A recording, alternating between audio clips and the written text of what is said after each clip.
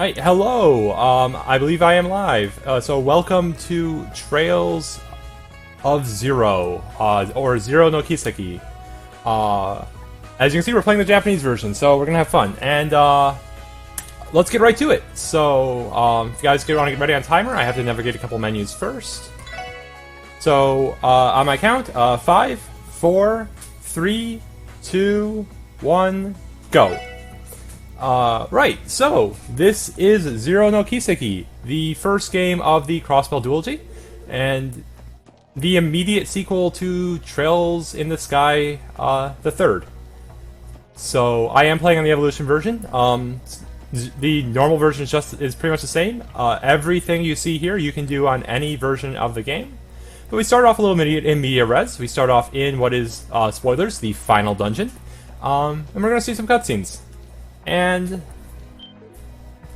so yeah, so this is a pretty good point to sort of talk about what spoilers we're gonna have to deal with. So this game does follow directly from the plot of Sky the Third.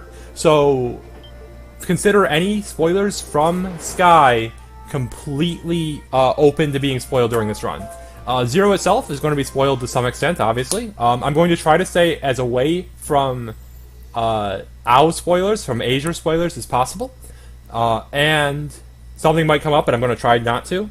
And you don't have to worry about any Cold Steel 3 spoilers, because I have not played that yet either. So I will not be spoiling anything from that. So yeah, so Ian Media Res Dream has come to an end, and we have now entered Crossbell.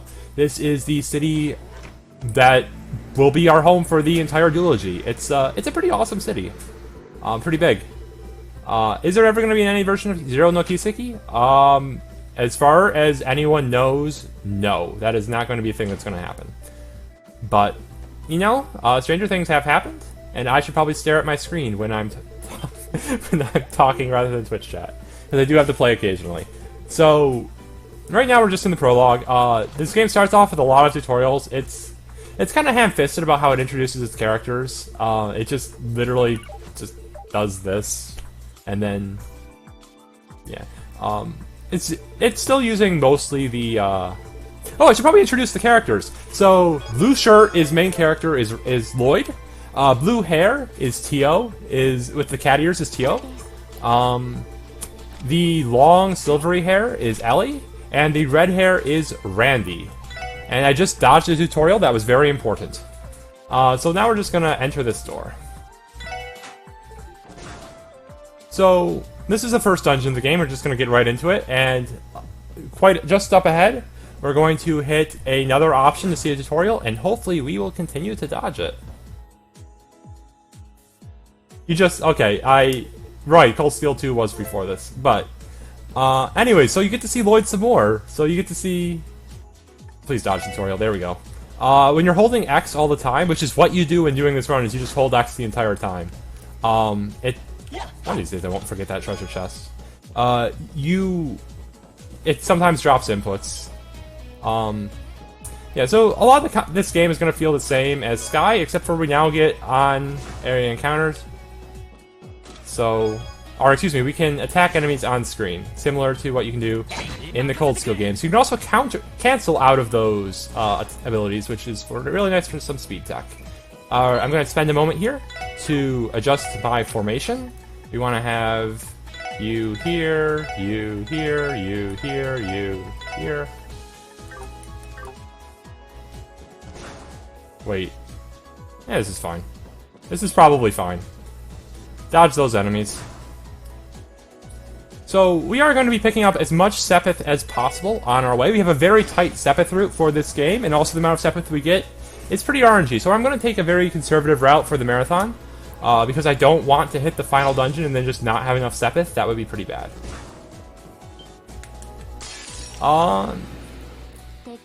We hit an encounter. This is fine.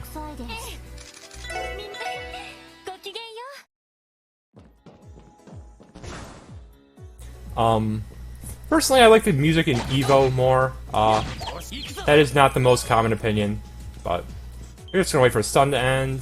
He's gonna be very confused. I disagree with that, but Whatever. Whatever. This is fine. Yeah, so fail. So run rate 50% initially, increases by 10% every time you fail. Simple enough.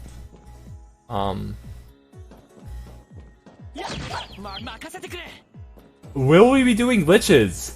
Well, this is the any percent route, so you'll find out, won't you? Will there be glitches? There might be a few glitches in the course of this run.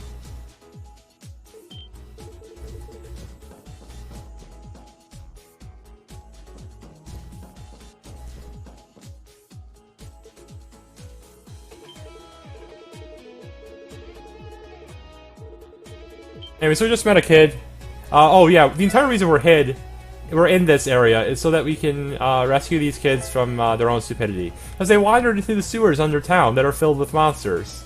And I don't know why you do that. That just seems like a dumb life choice. But they did it. We're gonna make a safety save here for the marathon. So just really quick, get in here.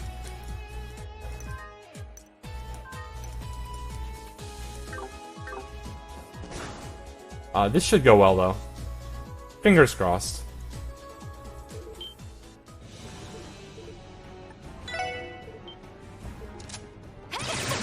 So,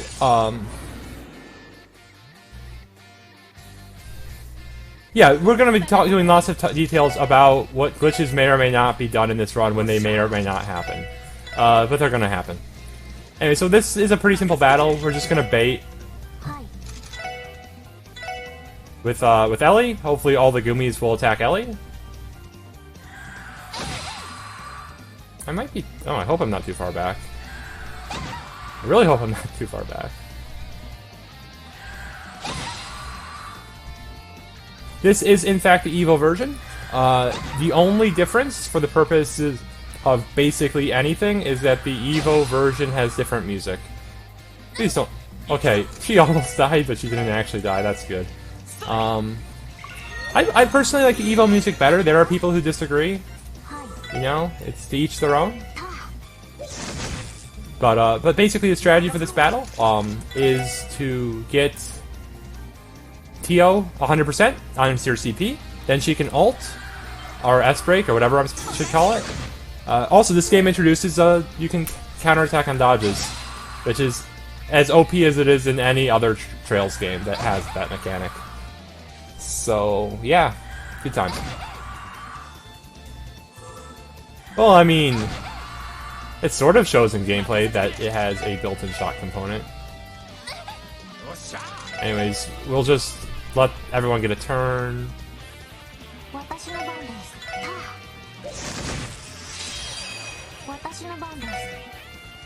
And then she just blows everyone up.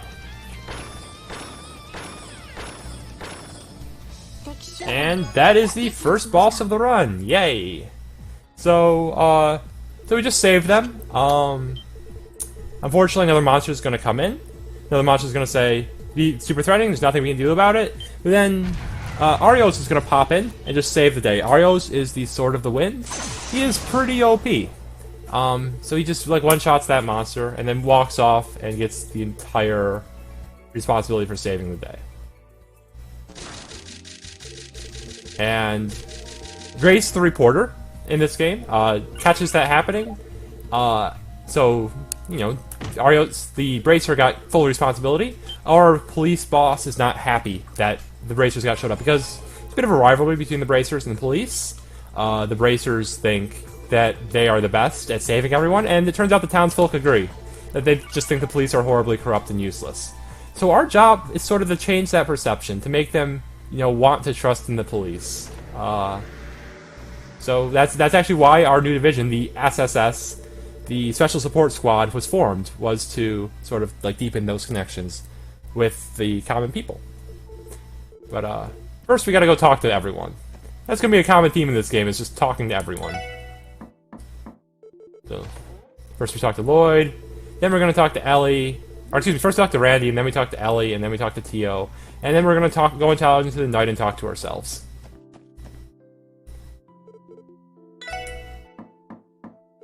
Yes, it is a police division that just happens to use basically the exact same mechanics as the Bracer Guild used back in the previous game.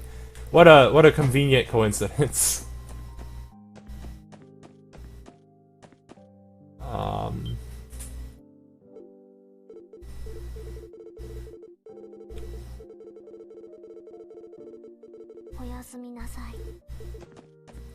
Yeah, no, like they, yeah, it's also the same as the military class that acts like bracers. Like Falcom had a good mechanic going, and they definitely did not want to part with that mechanic. Special support section, excuse me. Is it section, not squad? Okay, I'll take your word on it. I played this game in Japanese. They might have mentioned what by the English words at some point. Probably did. I don't remember. They usually have this giant kanji thing for what they're called in game, so that I do not recall off the top of my head what it is. Tokubetsu something something. Anyways, so we now get to explore the city a little bit. Well, first we get to talk to the computer, and we get our tutorial on quests, which is what this quest is. It's the tutorial quest on quests. So it goes.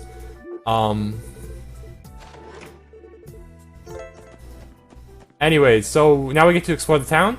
The first place we go to visit is obviously the weapon shop, because that's whenever you visit a new town, the first place you visit is the weapon shop. You gotta know about your weapons. For plot reasons, I think all we learned by going here is that Tio's boss keeps giving the weapons to the weapon shop owner instead of just giving them to Tio. Yeah, I got nothing.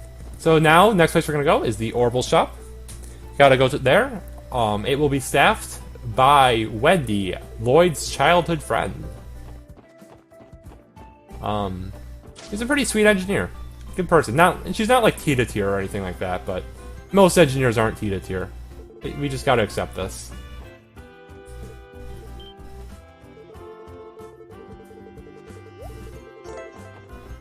So we've talked to her, and then the next place we have to visit, which is of course a place that you should always visit whenever you visit a new city, is the best Chinese restaurant in the city. I mean, can you really go to a new city and call yourself a denizen of a new city if you haven't gone to the best Chinese restaurant yet? No, you can't. So we're gonna do that.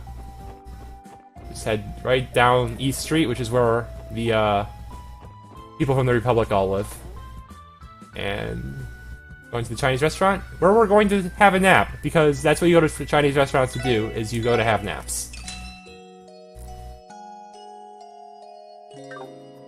And so from here we're back to the plot. The actual plot, semi-plot. So we're gonna go down to the police station.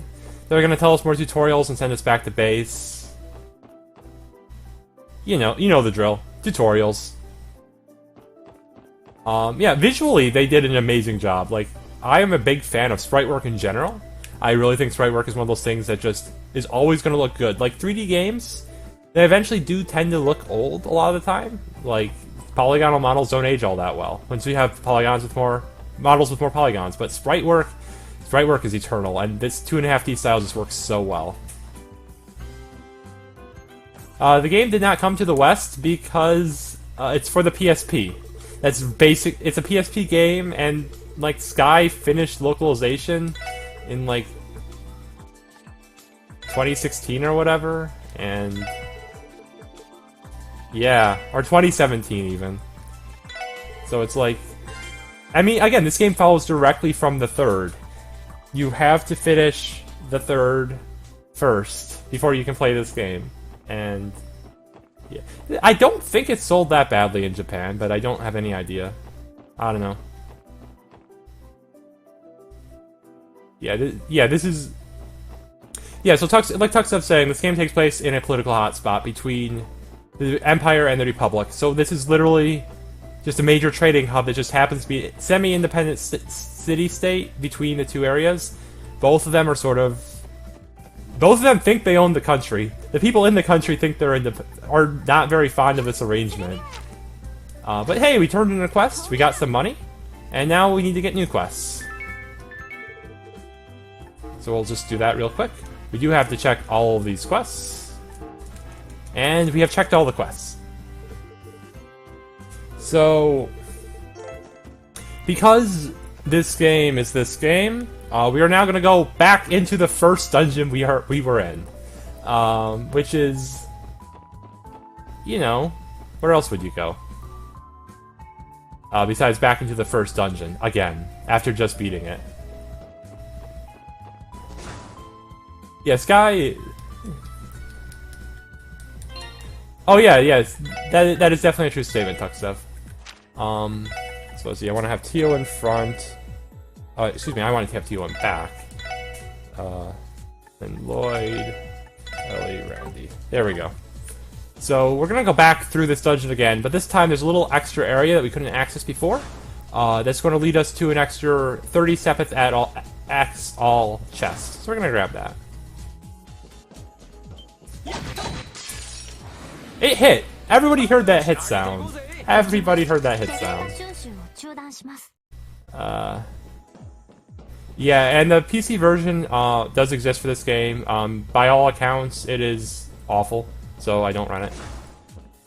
We are playing on normal difficulty, because easy would be silly. Easy would just actually be silly. And also, I like running games on normal. I like hating myself. I like challenge. However you want to phrase that as a speedrunner. But for this game, playing on easy would be kind of silly, I think. Uh-oh. Okay, I almost thought we were gonna get caught by that second one. I mean, you know, I can respect XC, not... I can respect XC, not... I really can.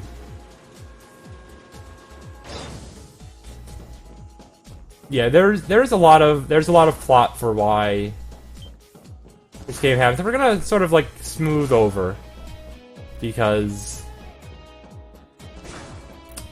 I don't want to get too into spoiler territory for some of the, especially minor details, given that a lot of people probably haven't, played this game that might want to at some point, especially because like they might be waiting for the Geofront patch or whatever. Anyways, another boss battle on the other side. We're gonna save the game again. Yeah, having 4 people on screen is kind of rough. Nobody's in love with that. Anyways, here's the boss. We gotta kill it.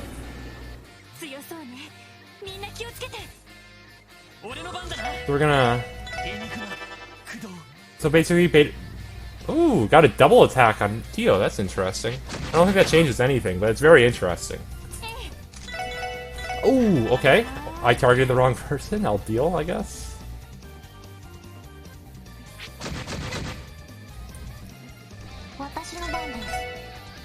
Game usually just auto-targets the fat one, so I just mashed the button like a fool.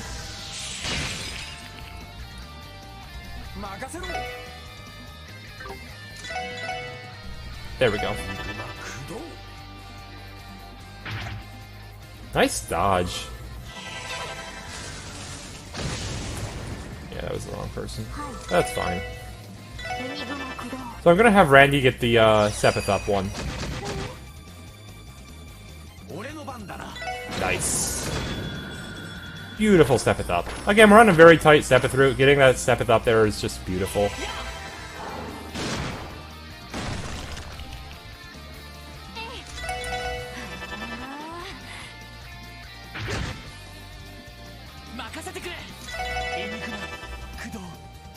We'll just let everyone cast spells and then we'll S-break.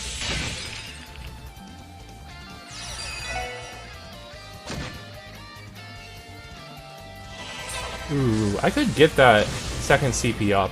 I might want to.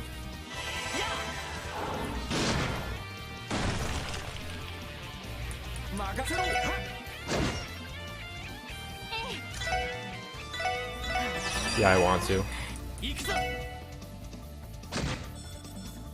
I might kill Randy. That'd be unfortunate. Oh, nice dodge, Randy. Nice dodge, Randy. You got this. You got this. Why did I not just have faith in you? That'll kill him. Good fight. Good fight. I'll take it. So, that cleared that boss. So now we can just take the shortcut back up. That's just conveniently right back here. Why couldn't we take it down? Well, we could have, but that would have been cheating, and nobody wants to cheat in a speedrun. That'd just be wrong.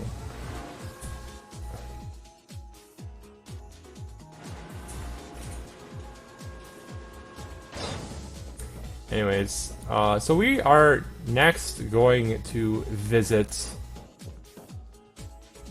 the Orbital Shop, and we're gonna pick up an Act 1 Sepith. Or Quartz, excuse me. Just pretty solid Quartz. It just speeds our characters up, gives us access to Time Quartz. Time Magic, excuse me. Ugh, words are hard. So yeah, I'm just gonna do that. So headed into Genten. We really should have 60 Time Sepith. Or Time... Yeah, Sepith, that is the right word. So... Quartz... Oh, we have tons, we're good. Oh yeah, because we got so many extras. Nice. And then we're gonna exchange all of our other Sepith, except them... Actually, let's see where we are. So, Water Sepith is like the one we gotta worry about the most. So I'm gonna see if we might have enough without... Okay, we don't need to trade away some. I'm sorry. My fingers hate me. We're gonna save a little bit of Water Sepith, though. It's worth it, trust me. That'll be enough, though. That'll be enough money. So now we have a lot of money. Excuse me, arts, not magic. I am very sorry. I am very, very sorry. Forgive me for making that awful wording mistake. I'll just equip that on you. Just pop over back to the Chinese place, get some well-deserved sleep after beating that boss and selling all of our everything. Selling all of our everything. And then, after this, we are going to go back to the police station. And... yeah. So... you're probably wondering what we're going to the police station to do. Are we going there to clear some new quests? Are we going there to turn in a quest? Are we going there to follow my notes and turn in the quest at base that I should be doing right now? Thank you, Izayoi, for saying that randomly. I'm not sure if you're if you're just saving me or looking at my notes or whatever, but yes, that is something that is on my notes to do for money. Which is probably why I had to... oh, I'm gonna have too much money now. That's... oh well. I don't know why we go to the bank, ever. Like, that just seems like an awful choice. Like, there could be a yellow-haired politician in the bank. I don't want that. Anyways. Yep, I am playing on a Vita because playing PSP games on PSP is... I mean, it's a thing you can do. I used to do it. Playing it on Vita is much better, but I'm also playing the Evolution version, which is just natively for the Vita. And it has more voices. 100% more voices. Yeah, I have to do a side quest to get that better exchange rate. I don't want to do side quests. That sounds long. I don't know why I can talk to you now. It doesn't... Anyway, so we actually came here to get to the juice machine, which we're going to use to buy 28 bottles of juice. So now we have 28 bottles of juice.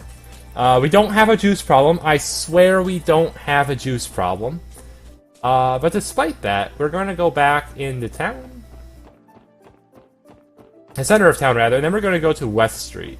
The reason we're going to West Street is because we can visit the baker. And the baker will sell us bread. Bread's pretty powerful. My morning juice, it is 9 o'clock at night where I am. This is a late night run for me. I've had a full day of other things going on for me today. But now it's zero time. It is zero time. So we are in the bakery. And it turns out the bakery is staffed by our childhood friend Oscar. Isn't that convenient? He gives us free things, like a recipe book. I don't want the recipe book. I want some Iridori tomato burgers. 2 of them, in fact. So, yeah, so we had extra money because I... did things out of order. Whoops. It's fine. We had extra money because we got the Sepith Up bonus anyways, and extra money doesn't hurt. So I got 40 extra.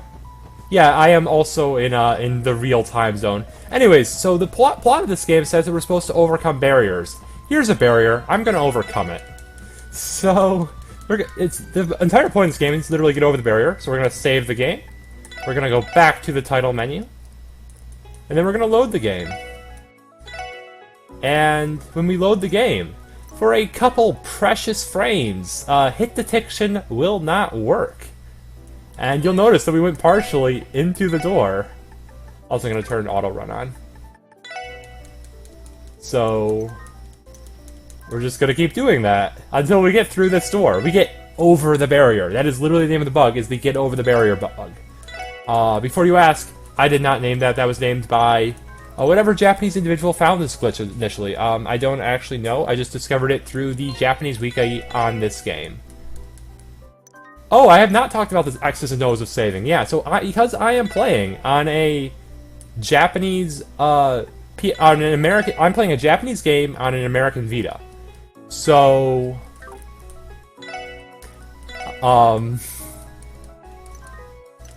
because of that, whenever I enter the saving menu, the game very helpfully sees that I'm playing on an American Vita and switches the accept and exit buttons. We have not glitched into Chapter 2, we're still in the prologue. Triggers in this game are very strong, and we can't actually go around most of them. We have to play the game roughly in order. However, we're now in an area from Chapter 2, which happens to have a second door, which happens to lead into the bonus dungeon of the game that you can only access on a New Game Plus. And we're gonna glitch into that, because there's some level 48 enemies in there, and I think, even though we're at level 3, I think we're strong enough to beat them. What do you say, Twitch chat? Do you think we're strong enough to beat them? Do you think we can beat some level 3 enemies? Or, excuse me, as level 3, can we beat some level 48 enemies? Because I believe in us. I believe that through the power of friendship and heroism and saving the game repeatedly, we can do whatever we want.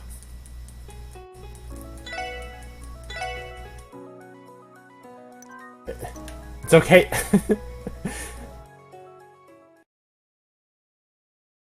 Yes, we will beat level 48 enemies, or we will die trying. We have made it through the barrier. We are in the bonus dungeon.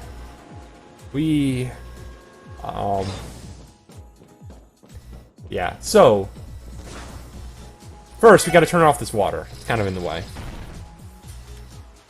So, here's the enemy. We really need to back attack it. We back attacked it. Okay, I want there to be one of them. There's one of them! We are go for invasion. That's probably not the right word. So the first thing we do is use that S-Break, and then the second thing we use is use this S-Break. So Lloyd's S-Break will immediately paralyze it for 5 turns.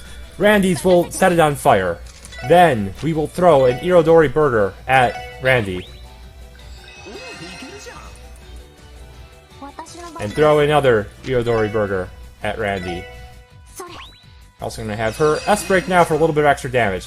So how this works is that oh, I should have said, whatever. The flame status will deal anywhere from 17 to 22% of that monster's max HP every single turn. We need it to deal a total of 100% damage over the total number of turns. Which is 5. So we just refreshed it, and we need it to die. And if it doesn't die, we cry. We cry a lot. This is gonna be close. If it doesn't die, we'll just load our save. Because there is no backup strat. It died! We are now level 23. Level 23 is not sufficient. We must go higher. We must go stronger. We must pick up this 200x all Sepith chest. And then we're just gonna go like back up this elevator and make the enemy respawn. Because we have gotten this a decent amount of strength. But decent is not sufficient. We must go all the way. We must hit the level cap. The level cap is 50. 50 is our goal. But we no longer have any Irodori burgers, so how are we going to do this, you ask? Well, we'll find out. After these messages from this elevator, I'm sorry, I don't really have a plan. I should safety save! Thank you for saying that, Tigerian. You are a lifesaver. We're just gonna wait for him to turn around. Or for him to see us. Okay. Show me 2! We got 2, but I forgot to change my formation, so we can't actually do the fight. Anyway, so we have to fix my formation, because I'm silly.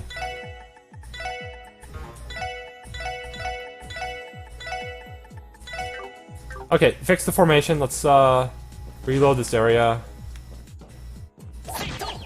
Get in the fight again. I am playing this on a PSTV, yes.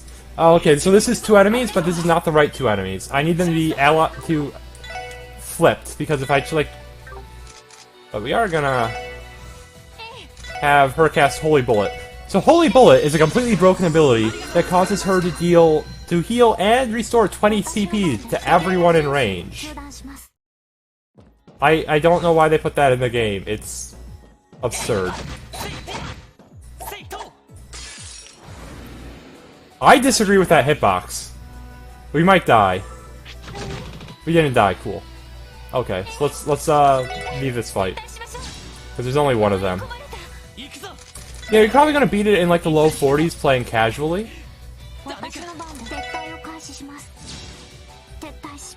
Hey, I am 30 minutes into this run and I already have that ability, okay? Let's not talk about the abilities I'm gonna have when I'm like level 120 at the end of 2 games.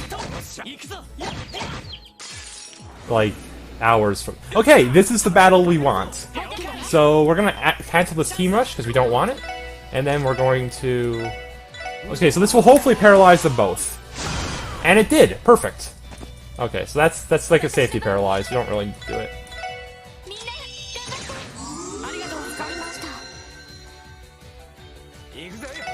And then we're gonna power slam them both. So our goal here is to get all of the level ups, and so in this game they introduced the bonus system. So we need to get a 3.0 bonus in order to get there. And to get a 3.0 bonus, we need to use 27 items and have 7 rushes, which is when you get 7 turns in a row. Which is totally a thing that is possible, turns out. Believe it or not. That is 1 7 rush down.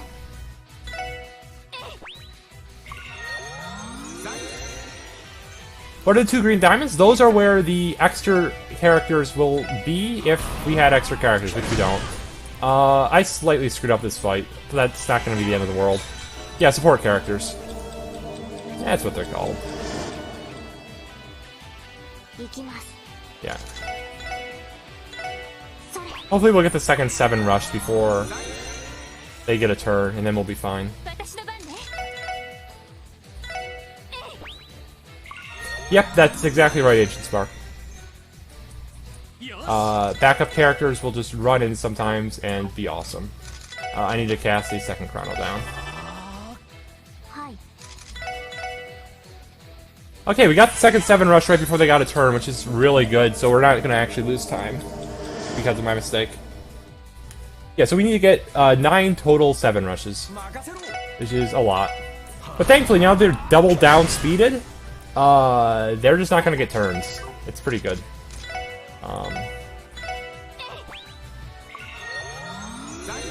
Well, these are actually in this. So yeah, so we'll eventually get other temporary other characters, but over the course of the game, we will get other people subbing in. Yes, that's exactly what happens. So unfortunately, the other characters, well, we'll talk about that later. There will be plenty of time to talk about the other characters when they actually join our party.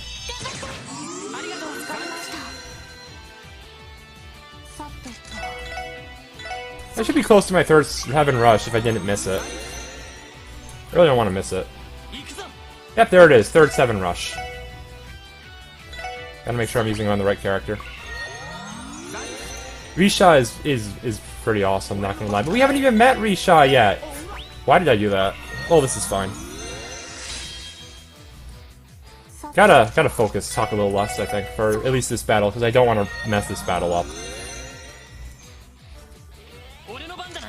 I mean, honestly, for casual play, Randy's Smoke Bomb, I think, was the most broken ability for me.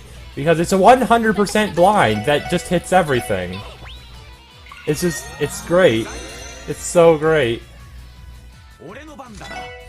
I gotta be really close to the fourth 7 rush. If I didn't miss it. Yeah, we're using the weakest CP healing item in the game. There's my 4th 7 rush. So it doesn't heal too much. Yeah, they nerfed the hell out of that for Owl for. Yeah, let's try not to talk about too much about games that aren't even out yet though.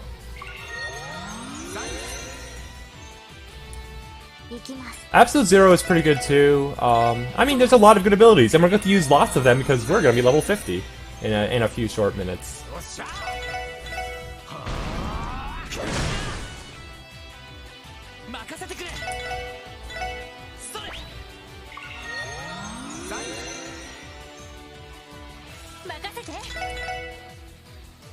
Whatever, you can just heal him.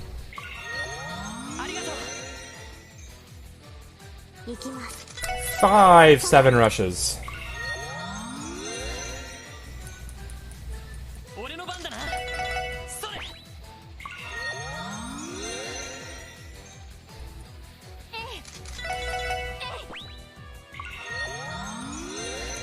Yeah, so we got a little bit more grinding to go. We gotta hit 9 7 rushes total.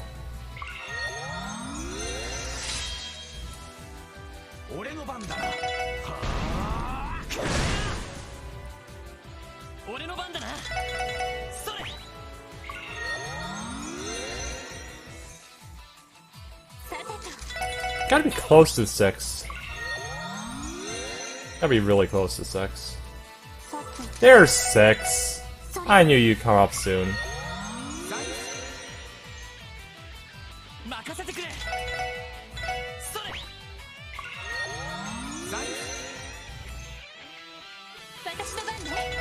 Oh, wait. I'm gonna use this just in case. I should be good though. Yeah, I did get an item over, so I'm good. We're gonna do one more power smash. It's probably unnecessary, but I don't want to screw this fight up in the marathon, so we're gonna do it.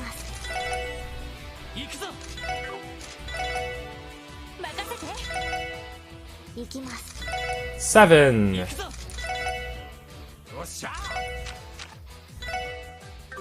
So now we gotta set him on fire again. I am using the Evo version, so which does in fact use the Evo soundtrack. Because that is the version I own, and I think it's slightly faster, but I don't actually know that for a fact. 8. I still feel like I didn't use enough items, but they're all gone, so they must have used them all. And I bought enough. We both have fire, so just keep going. Now we just gotta wait until they get turns, finally. It's gonna be a while, because I did do slight overkill. There's my 9th 7 rush, though.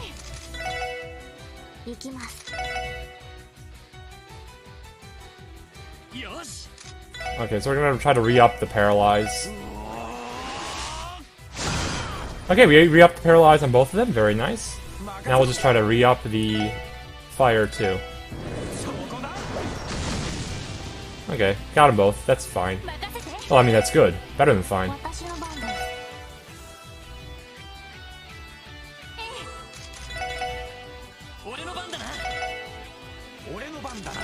Gonna wait until after they take another turn before we re-up it again.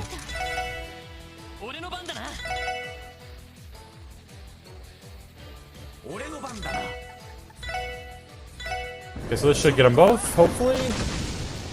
Looks like I got them both. Yep. Okay. This should kill them both with some high probability, but we'll re-up their paralysis just in case. So one on the left looks like it has way too much HP, and that scares me. No, it'll die. It'll die just fine.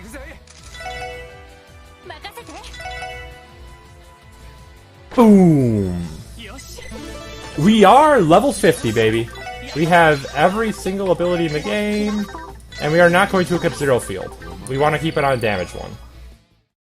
But, hey, we are done grinding. We will never have to grind again in this entire game. And we're going to turn Auto Run off, because that way I can just hold X forever. But yeah, no. So we are max level. So you're probably wondering, how much does the game expect us to be at max level during the prologue? And the answer may surprise you. Anyways, we're also gonna put Tio there. Before I forget. We're also gonna, and we'll just casually exit this dungeon. Nothing's gonna stop us.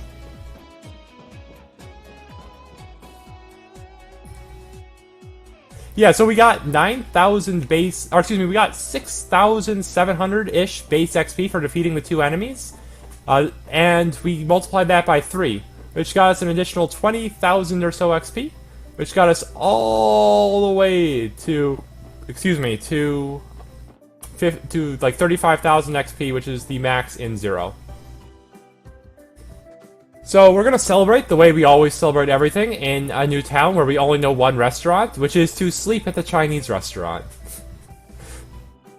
So we'll just, so that's where we're headed right now, is just to take a nice long rest at the Chinese restaurant. Nice, Tigerian, nice.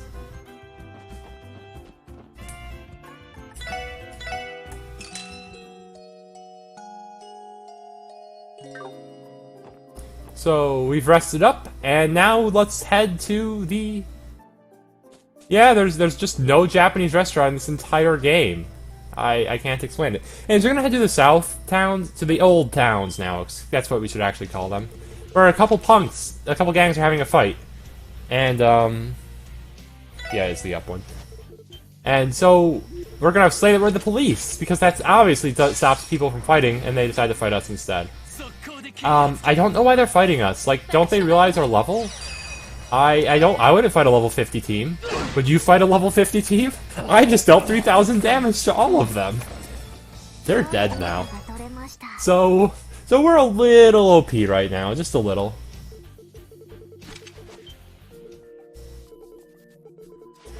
And so then the boss of this game, who are Logi and Vault, both come in. Probably pronouncing those names horribly, don't worry about it. But yeah, they both come in, grab their gangs, bring them back to their respective bases. And now we are going to visit them all. So, first we're going to visit Trinity, which is the home of Logi's gang. And he's going to, you know... Also, his name is spelled, just for anyone who's really curious, it's spelled with a Polish W, which looks like an L with a dash through it. Yeah, I'm not going anywhere with this, but I just wanted to mention that. It's really cool. I think that's really cool. I'm probably insane, but whatever. I can deal with that. Yeah, I don't know why I call it the South Towns. Like, this isn't Buffalo. But, so next up we're gonna visit the other side of town, and so this fight is actually really tough when you're playing casually, or, you know, in a any percent glitchless speedrun. The any percent glitchless route literally cannot beat this fight. It forces a draw instead. But we're level 50. Level 50 people draw with nothing. We are winning this fight. He has messed with the wrong police force.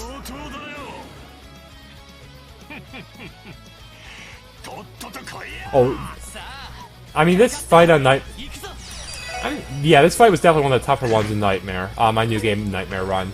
But it was fun. It was definitely fun. Anyways, we just won that fight. It's just like a 3-minute draw, and it's awful on casual. But here, easy. Anyways, so we're gonna run into Grace, the reporter woman, who is, you know, she is definitely a downgrade from the Neil-Dorothy combo of Sky, but she's pretty awesome in her own right. And she's gonna, like, hint that she has info, and she's gonna visit us at, again, we only know one restaurant, so it's off to the Chinese restaurant to talk to her. Yeah, Chinese restaurant is our best friend in this game, definitely. Heals us, gives us Chinese food, has some of the best minor characters, minor NPCs that you can talk to every time dialogue updates in this game. Like, as one does. I don't know why I'm talking to him. I got distracted. So, yeah, this is Grace. After which, we're just going to advance some plot for a little bit.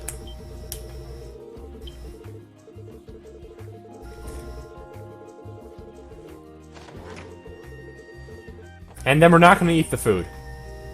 Like, did you see that feast? Like, Like, I'm not gonna say I'm hungry right now, because I'm not, but that was an amazing feast, and they didn't eat a single bite. Like, that's just insulting the restaurant. And when you're visiting a Chinese restaurant, as often as we're visiting that Chinese restaurant, you just don't insult them. That's just... They're gonna spit in your food. It's inevitable. So, you know, just word to the wise. But it is a speedrun. We do have to go fast. There's not really time to eat food. Just time to sleep at the Chinese restaurant.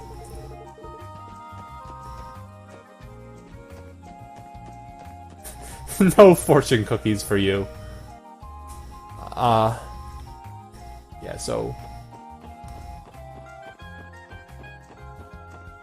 So we're gonna go on a brief detour to pick up the Eagle Eye Quartz, because...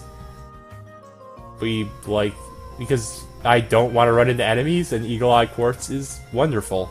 Like, there's no real grand reason for it, it's just... Eagle Eye Quartz is wonderful.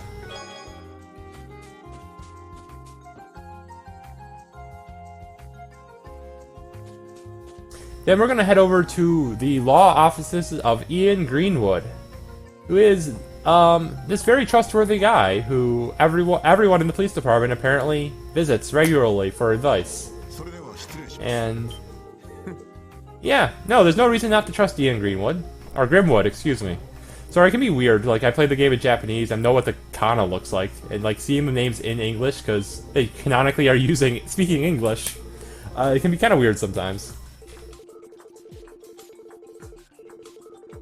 I mean, yeah, I wish Grimwood had I wish Falcom had a bigger budget. So it goes.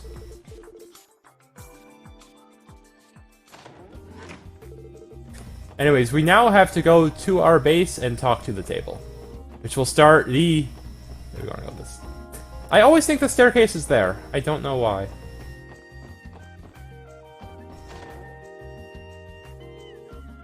Thanks for the good luck, Alona.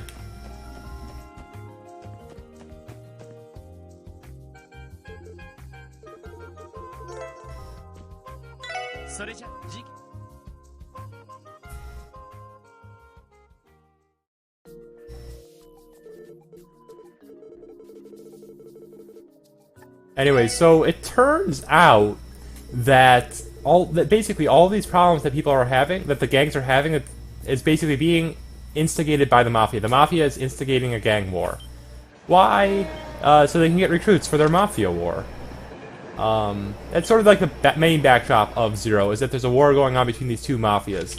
The Vivace, which I'm horribly mispronouncing probably, because I only get to see it in Kana, and the... Chinese Mafia, Hey Yue, which I am also probably mispronouncing because I can't say Chinese words. I don't know. They are, what, like Black Moon, I think? Yeah, that sounds right. Lupache? 2 words? Really? Are you whatever. Whatever. I don't know about how I feel about that, but whatever. Anyways, so this is a battle like any other. We're still OP. I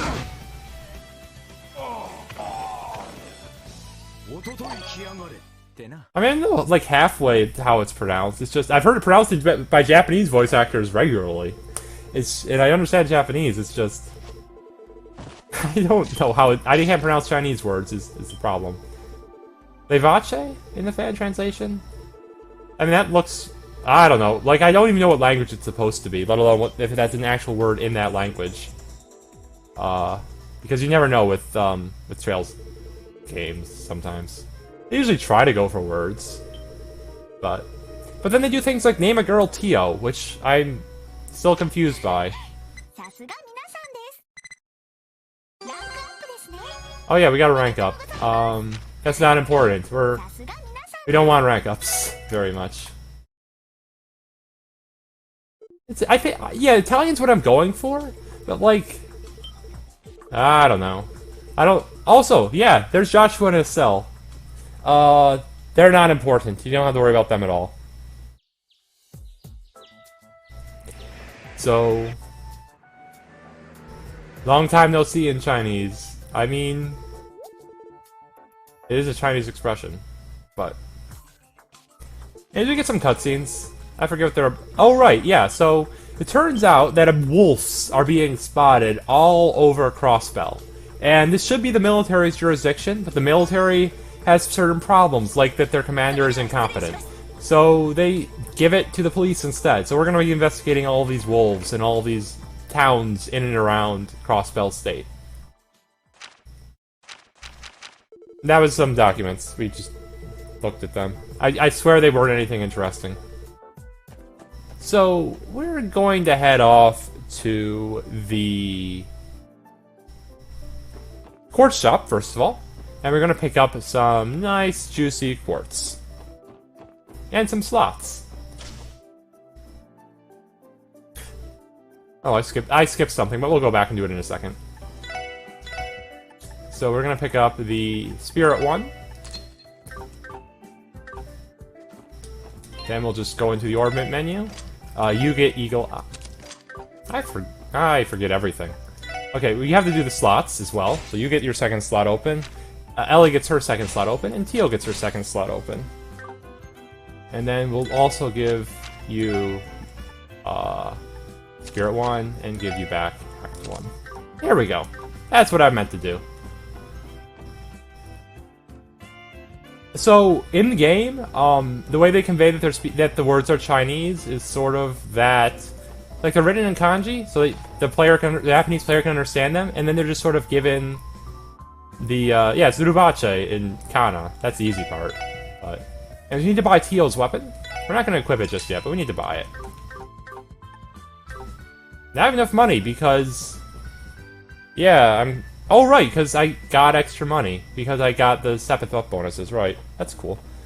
Anyway, so now we're going to head off to the Almora Village, which is a quaint little farming village which had one of these wolf attacks. Can't believe a wolf would attack a quaint farming village, but here we are, in 2010, in Crossbell City. We just gotta roll with it. But first, we're gonna rest at the Chinese restaurant, as one does.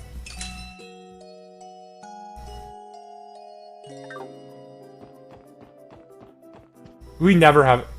We're level 50, but we're still hurting for quartz, and we need a lot of quartz to beat this game.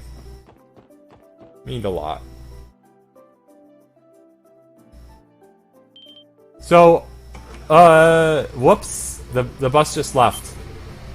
Bus ain't coming back for a while. Guess we shouldn't have rested at the Chinese restaurant. Sorry guys, guess we're gonna walk. We're just gonna have to walk there. This definitely wasn't a mandatory trigger or anything. This was entirely me screwing up. I will take your word on it that it's 1204 is the year. I am bad enough at years in real life. I'm not gonna worry about them in a fictional universe. We do have a couple of treasure chests to pick up on the way, but mostly it's just gonna be running up to enemies and destroying them for their Sepith. Just murdering these poor, helpless monsters. We don't want to really like hunt them too much on this path, because as you can see, they don't give out too much Sepith. We're gonna save the mad hunting for some of the more rich monsters, if you will. We're still gonna kill them. Pick up some 20 at Casal Sepith. Nope, no Orgle bikes, no anything. We're just stuck going on foot. Don't need that treasure chest. They do have cars. I guess it's a minor spoiler. Yeah, we do get a car in Ao, in Asia, and the car is amazing. The car is the greatest. I love the car. We don't get it in this game. We just have to walk and ride buses. Like common plebs. Plebs, I say! But the music's good, so we'll just sort of jam to the music, as one does.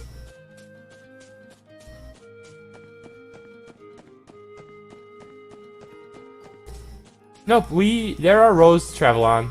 Crossbell State is definitely a lot smaller than Libero is, but you know, it's still got some roads. It's still a decently sized city-state.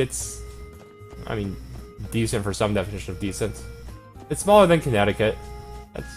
That's a size, I guess. Anyways, oh yeah, so along the way, the girls like were really gung-ho about taking the walking trip, and the main character was sort of sexistly like, girls can't walk this far. Or also because they're a rich girl and a tech head and a geek, and he's like, you guys can't walk this far. It's not really that sexist, but he's right. So they take a break at the rest area. And now we're back on our way. So yeah, so the roads, it's actually mentioned at one point that because Liberl has such a rocky terrain, for instance, the area between Bose and Zeus is like super rocky. And so cars just wouldn't really work that well because it's so rocky.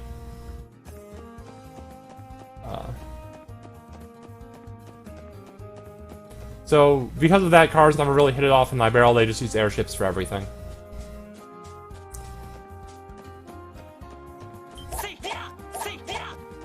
Okay. That guy was just guarding the treasure chest. I mean, Liberl just also does have awesome tech. This is a very true statement.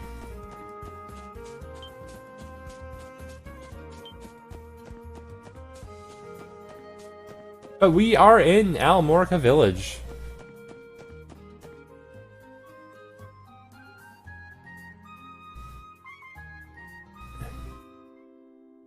And so now that we're in Almora Village, there's two things we have to, there's a couple things we have to do. The first thing we have to do is that there's an EP Cut 1 in a shack, so we're just gonna grab that.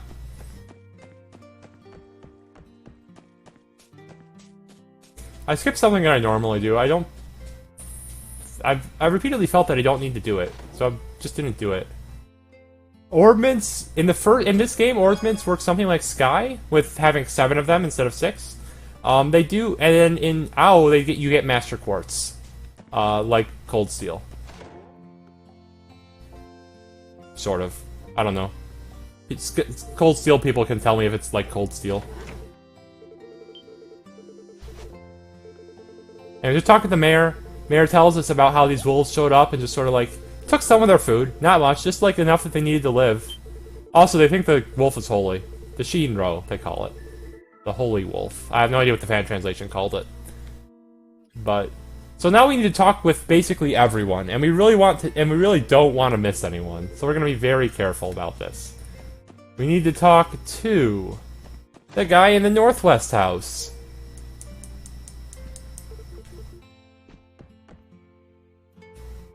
Divine Wolf, they call it. Okay, whatever.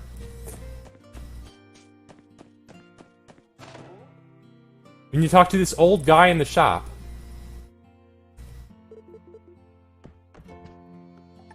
We need to exchange... I didn't do this earlier. Excuse me, we don't want to get rid of that. We want to get rid of 100 of these guys. And we're going to use that to buy a gazillion straw hats. I'm doing things in a very weird order. Sorry for the people making notes based on this. Talking about doing runs is hard. But, talk to the fisherman next. Then we're going to talk to this kid with a truck. He really likes his truck. It's a plot point.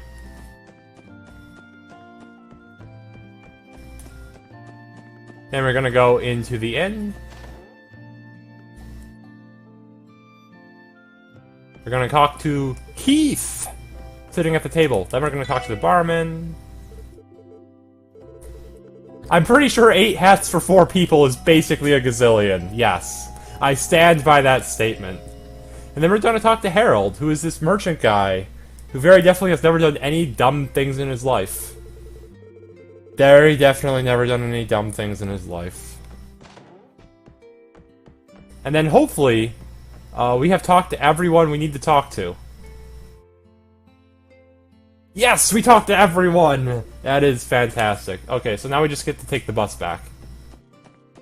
Doom, doom, doom, doom. And by take the bus, I mean, we're gonna ride from Harold, who is our new best friend, because best friends give us bus access. Yeah, what a very interesting hair color Harold has. That is... the most interesting of hair colors.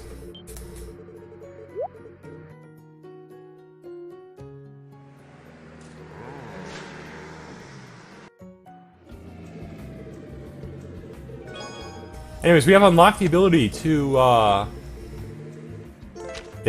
nice pun, Dan. We're first going to warp to the old town, because we've unlocked the ability to warp, and we're going to visit, the upgrade shop, because we need to upgrade Teal's weapon.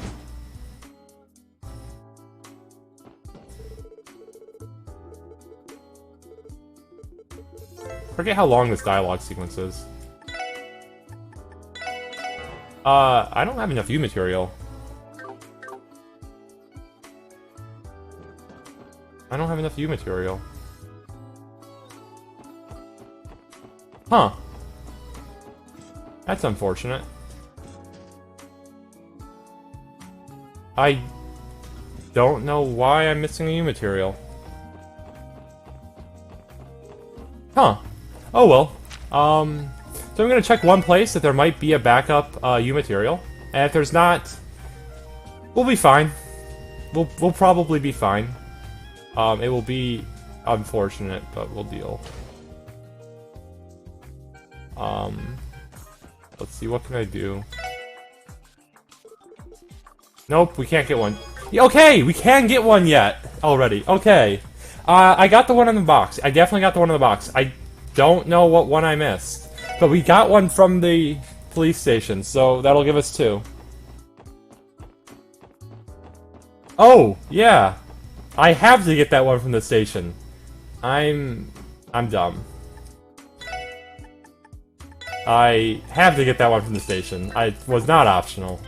I don't know why I thought it was optional. That is entirely my bad. But, we got it now, so we're good. Please ignore the incompetent speedrunner on display. Anyways, now we'll just go to the station.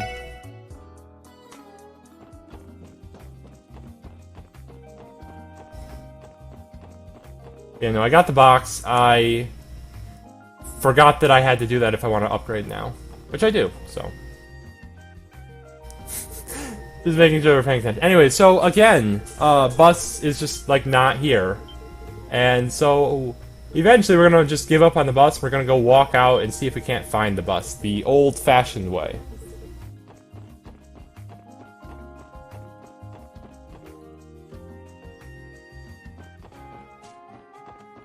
So, once again, we find ourselves walking on the road.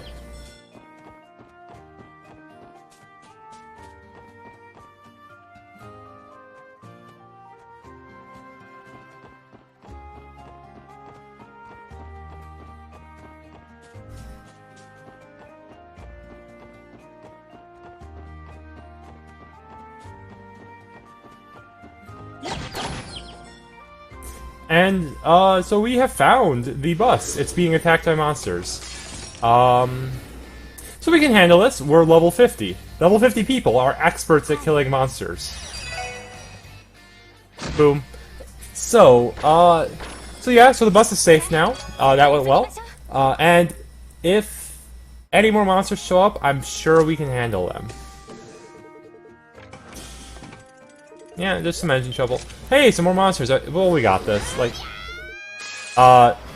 Joshua, Estelle, I said we had. Guys, this is my speedrun. I know I screwed up that UMAT. Guys, they're not listening. They're just not listening. They're just not listening to me at all. They just think they're so hot because they're literally Best Girl and also Estelle, who is pretty awesome too. I'm either level 140, we're only level 40, or 50, excuse me. Like, whatever. I suppose I will yield to the 140 level people, or whatever level you're supposed to finish the 3rd at. What are they doing here? So we're gonna find out eventually. That's something to look forward to for this run. For what in the world they are doing here. They're definitely not, like, here to just steal the show. Die, Pikachu. Or anything like that. Yeah, they gave out Joshua new art in this game. I actually kind of like it. I really like his new art. Okay, yes, they are here looking for Ren. That is what they're here for. Yep, that is mentioned 3rd. I don't know. Ooh, that was a close encounter, but we got 7 water Sepith out of it, which is really nice.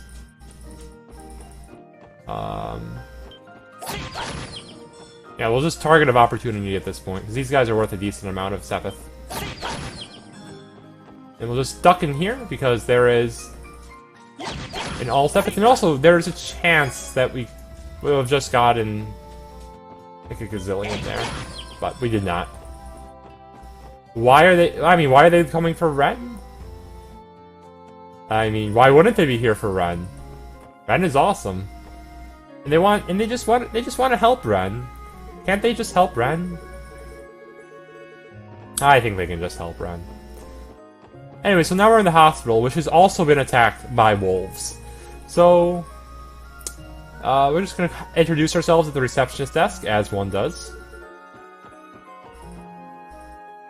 Yeah, I guess I get a little meta for a second. I actually think that one of the problems this game has is that they bring in Joshua and Estelle like that, and let them sort of like steal the moment. And like, I really wish they gave these 4 new characters more time to breathe than they do, because they really don't get into them very much until Ow, when really like this should be their game, because it is their game. But yeah, we are just investigating a crime. Yep, that was Cecile right there.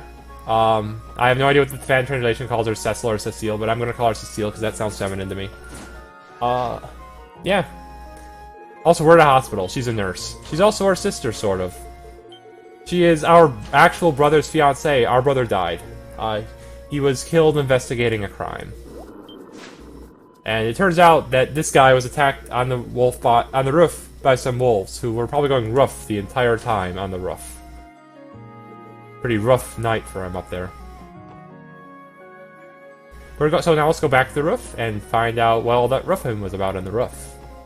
How many times can I use roof before we exit the hospital? Find out in the next couple of minutes.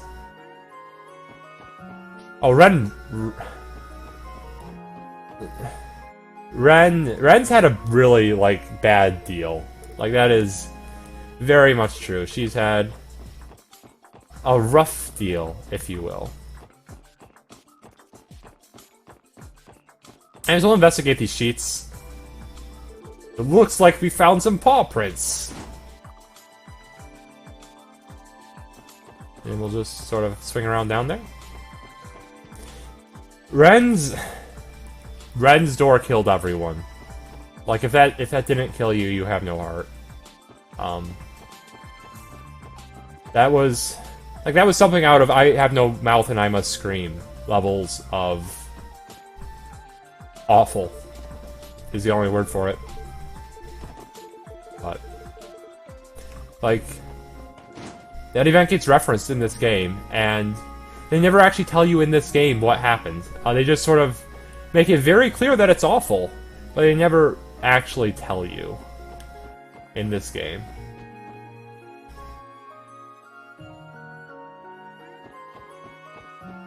Because that's just how bad it is, that it just got censored from the rest of the... censored in the rest of the series. Oh wait, I need to talk to Nurse's Station, I don't know why I'm talking to you.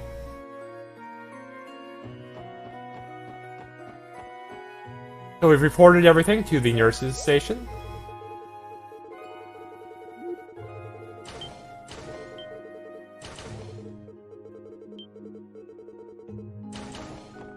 And next up, we'll just head upstairs and we'll talk to Shizuka, who is Arios' daughter, and she is adorable. She was struck blind in an automobile accident that took the life of her mother. Which is also sad. There's a lot of real... Nobody in this game has a happy past. That's just kind of his true statement. But...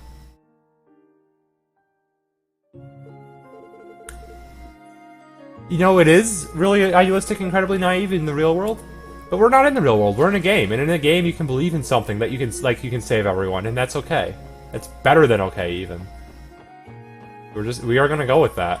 We're gonna go with everyone can and will be saved, because we're awesome, and we're in a video game. But that completes this day. Once we get back to town. So now we're just gonna like talk over all the things we've learned so far. And then we're gonna head over to Mainz.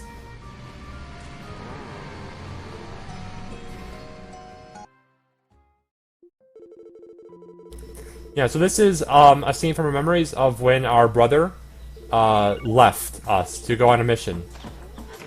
I don't remember how much else we know at this point, but I believe it's when he's heading off to actually help Tio in her past. I'm not going to get into too many details on that, just in case anyone here hasn't played the game yet and wants to enjoy it for themselves. But like, this game does have its troubles. I think it is one of the weaker games in the series, but it's still 100% worth playing, especially if you want to go on to Owl, which is incredible. Anyways, I want to go to the residential. That is not the residential district. Buttons are hard. This is the residential district. Let's head up to Mainz. Once again, we're walking. Like, you shouldn't be surprised by this at this point. Access. We hear wolves. So Tio has like super heightened sensitivity, and she can hear things from a distance, and she can talk to animals, and is otherwise... She's awesome. She's awesome. Yeah, no, that's basically it. I don't know how else to phrase it. Her scenes are amazing, and if you're wondering who to pick as your character in this game to see optional scenes, I'm just gonna recommend Tio. I'm just gonna casually recommend Tio. But so right now, we're just gonna go along this path, kill any monsters that cross our path. Yeah, I know where the treasure chests are on here. Because again, we are in a strict Sepith route. I would normally be a little risky at this point, but you know, I don't want to hit. It's a marathon run. Gotta be safe. We're gonna kill this one because it has a good water drop, and we'll kill this other yellow one as well for the same reason. I mean, bro route with Randy's pretty good too. Don't get me wrong, but like, I don't know, like.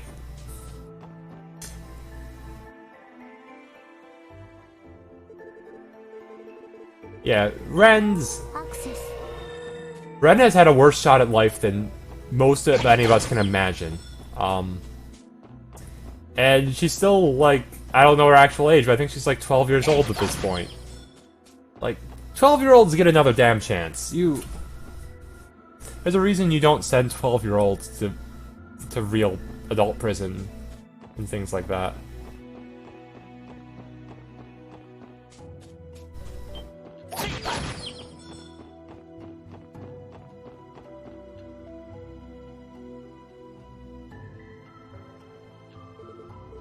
It's not just that she has a tragic backstory, it's like she has a tragic backstory, and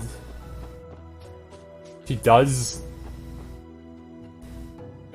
work to redeem herself. She does a lot over the course of Zero and Ow to start making up for what she's done. Like part of the reason why she's running away from Estelle and Joshua and they have to chase her down is because she doesn't think she's worthy of being saved. Like,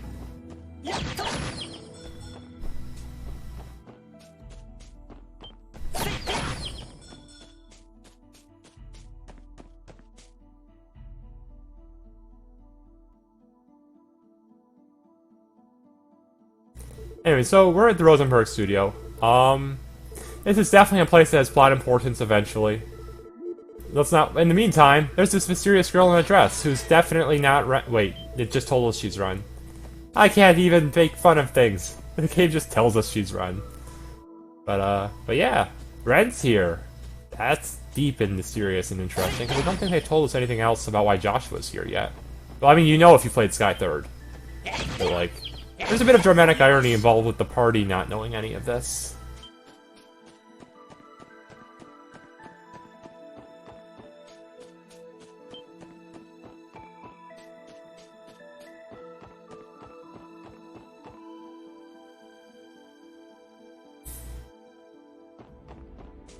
Oh yeah, like this game follows directly from the 3rd. If you have not played the 3rd, we're spoiling the 3rd. Like this 3rd will be spoiled by the end of this game. There's just no getting around to that. We do want to kill this enemy.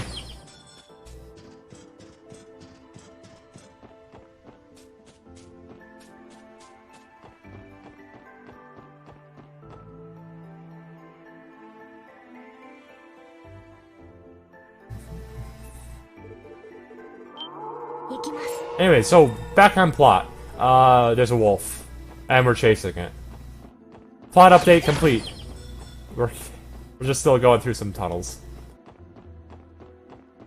We don't need that enemy. He doesn't drop water sapphire, I don't think.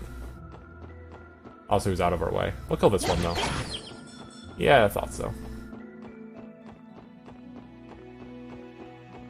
The third is...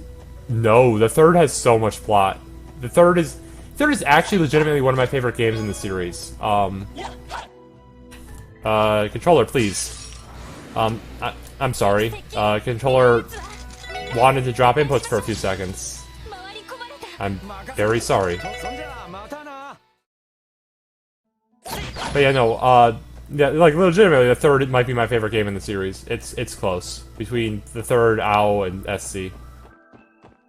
With the caveat that I have not played Cold Steel 3. Because busy. I really want to play Cold Steel 3. But, I have so many other games to play first. Anyways, hello, Wolf. Turns out that, as I mentioned before, Teal can talk to the wolf, despite the wolf totally not knowing English. Totally not knowing English. Sorry, I had to check what the answer to that question was. Because, yeah, 1,000 things.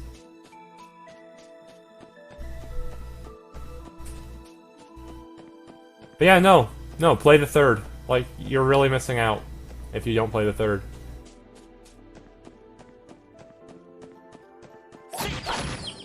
Like, even if you don't like Ren, like, the story in the 15th Star Door is legitimately one of the best horror short stories I've read. Just even in isolation, without any context, without anything else, is an incredibly well done horror story. Anyway, so we're in Mainz, which means, since we're in a new town, we have to talk to literally everybody. So first we talk to that girl, then we talk to the shop guy. Then we talk to the shop guy's daughter.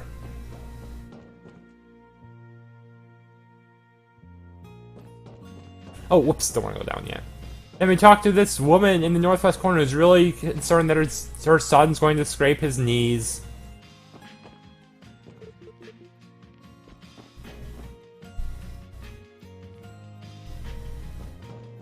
Oh, gameplay-wise, I actually thought the third was fine. Like, like the later games in the series are better, sure, but like I really enjoyed playing through the gameplay of. I also played on Nightmare, which like probably isn't most people's experience, but so it goes. I don't need to rest. I'm good. Purple Manfly, that is a very good point. I do need to be friends with literally everybody. Like, I am the kind of person who does, you know, when I'm playing casually, I will try to talk to everyone every time dialogue updates, because I love seeing their little plots, their little minor subplots just advance. Like, some people are just so touching and cool. So.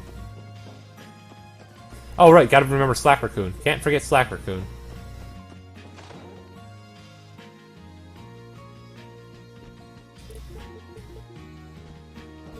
Talk to you.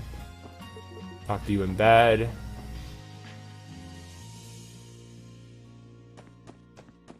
No! No, if someone in your life is going through emotional trouble and needs help, and, like, even if they're oh, shoot, I forgot to talk to the mayor. That's what I forgot. But yeah, no, if someone in your life is going through emotional trouble, and is clearly going through emotional trouble, and is trying to push you away, you don't let them push you away. Like, no, that is... Yeah, no. No.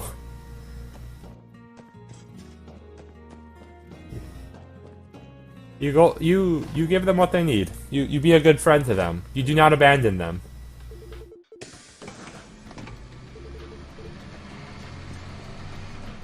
Anyways, so it turned out there was Mafia talking to the mayor. So let's go to the mayor and see what all the fuss was about.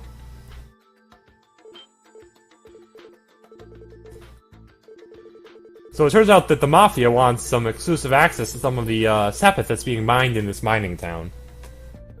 And, this is mighty suspicious.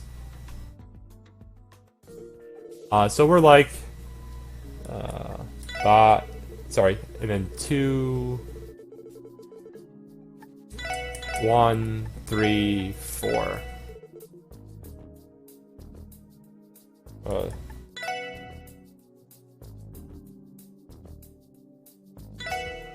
Wait, what? It's 2. Oh, I can't read my notes. I'm sorry. 2, 3, 1, 4. Excuse me. Cannot read my notes. That would be an important thing to remember to do. So I probably lost some DP from that. That doesn't matter. Lots of things happen in the real world that aren't okay. We don't accept that they're okay. We do better.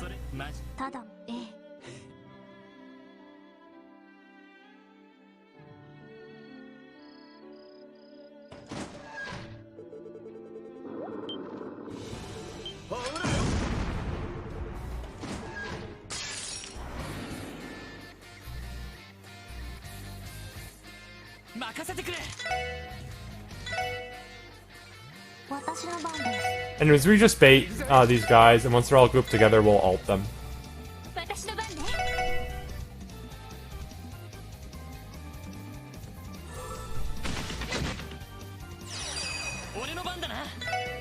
That'll kill him.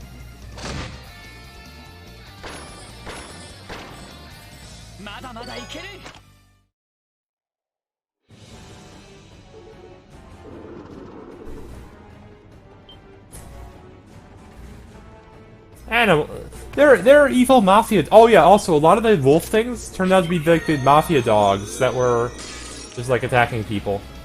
So it's okay. The mafia dogs are completely fine. I'm gonna wait 2 turns to just to get access to that crit marker. I like crit markers. It's okay. We freed the doggies. They definitely didn't just explode into Sepith at all. No, that's not what happened. The doggies are free now! See? They were okay. They were completely and totally okay. And now there's more of them. That's okay. The Silver Wolf, the Divine Wolf, is here to help. Here to save us. Good Zoit. And Ren was watching with Arios. Well, that's not suspicious at all.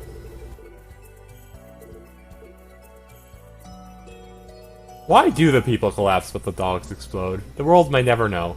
Anyway, so we're told here that, like, good job for arresting them, but they'll probably just be able to go free because we're horribly corrupt.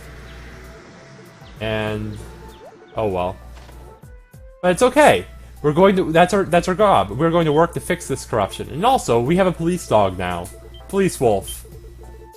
Zeit, whatever. Whatever you want to call him, police dog, police wolf. He's with us now. He is the greatest. He is a good boy. Hey, and we ranked up. Good job, us. So, let's advance to Chapter 2! Which is the chapter where we get to meet Ilya and Lisha, who are 2 pretty awesome people. Also, Rubache is not very happy that we keep destroying their plans. But hey, it's ballet. So this is Lisha, who's new to the ballet. She was recruited by Ilya, who's a golden-haired girl. And you know, she's just kind of perk each other up, and also Ilya is kind of creepy. I feel like Police Wolf cares that I have the right label a lot. Like, and as a guy whose name online on the internet is Dowolf, I feel like I should respect the wolf nature of the wolf. Also, this is Jonah. He's a character too. He's probably important. Whatever.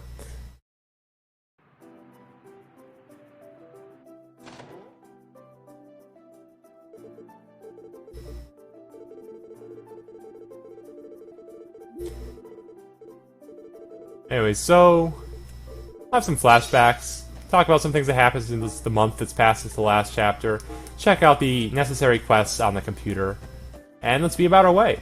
So it's a new chapter, that means there is new equipment to be bought at the equipment shops. Let's get to it. Also, I should probably equip some of those hats that I bought, like an hour ago. We'll do that too.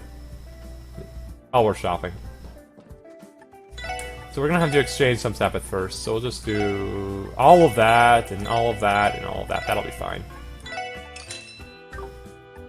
And then we'll do new weapon for Lloyd, that he'll equip. New weapon for Randy, that he'll equip.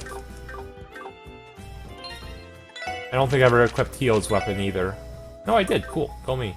And what else did I need to do? Oh, right, hats. You get a hat. You get another hat. You get a hat. You get another hat. I swear I'm good at pressing buttons. There we go. Straw hats just give +5 speed. It's pretty good. It's pretty good. And then we're gonna warp to the East Road. And we're gonna take the bus to Almora Village, because Almora Village is having more problems.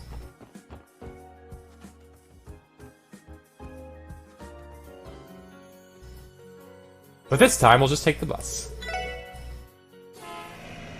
Oh, no, no, no. We are not... You never go full... We only have 2 hats. TF2 would have at least 3 hats. Ah. That's good water. But... So we have to go back to the mayor. Chat him up. As one does.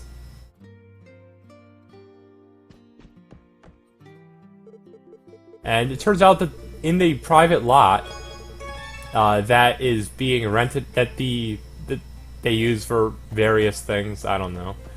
It's been invaded by some monsters, so our job's to clean them up. Just a casual little... I mean, it's easy to top TF2 hats, just don't have hats.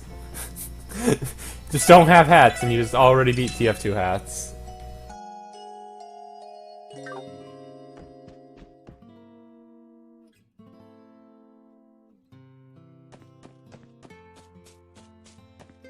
I mean, Toho levels of hats is perfectly safe levels. No one's ever been hurt by Toho levels of hats.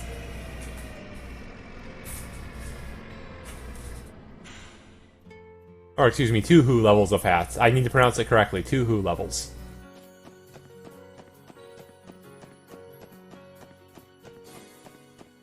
Purple Manfly, you bring your technicalities out of here.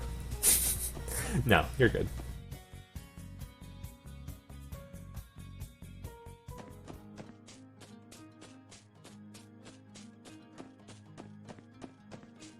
You are good.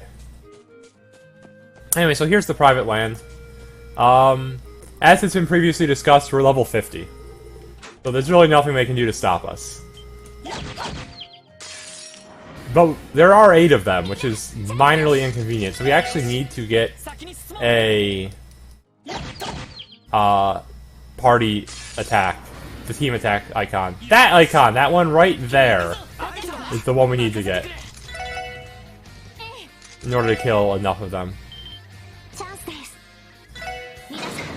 And unfortunately, you can't skip this animation in this game, which is just really sad.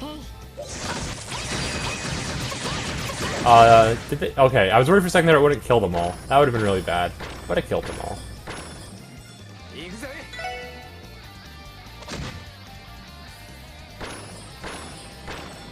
Man, look at all those item drops. Aren't they beautiful?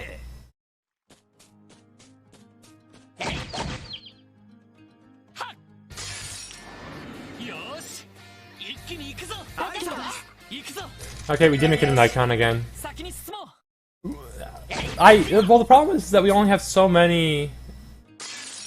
Why am I picking out stray creatures? Because there are aardvarks walking on, doing handstands everywhere, and this is not acceptable. Also, how did I not get a surprise attack? I thought I knocked them unconscious.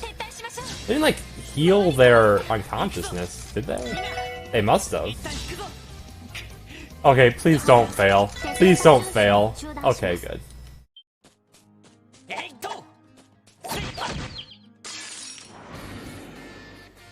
I mean, the technical term is awkward varks.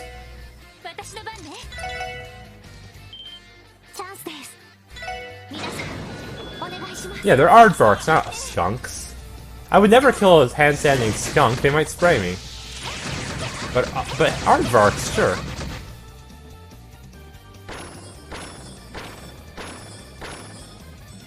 Anyways, we're also going to use War Cry, because we need to do more S breaks.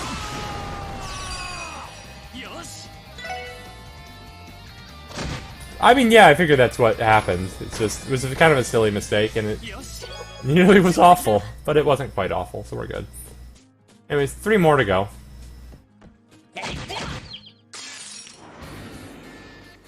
Oh, these, especially if you're playing like Casual Nightmare, these are pretty awful, yeah. We're gonna do that now. The fact that we're getting no Sepith up is kind of annoying. It's gonna leave us a little less on Sepith than we really want to be at this point.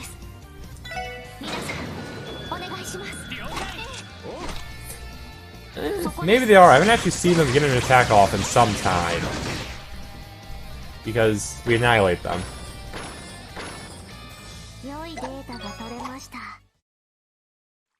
We'll just pick up this treasure chest while we're here.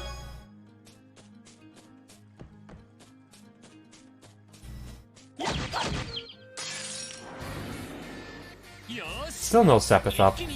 Unfortunate.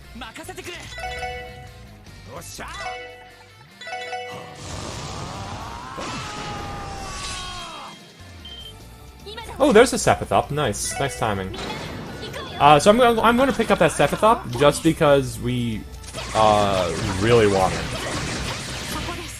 Because again, that's problematic. A lot of them lived. See, we're gonna have you move here. We're throwing you at those guys. Wait. Wait. You kill that one.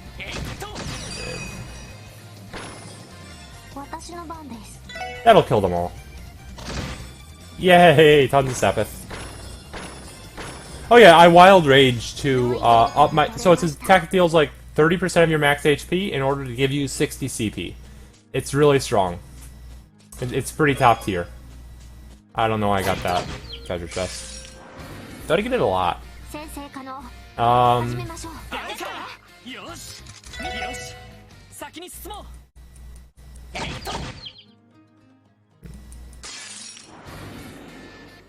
There we go.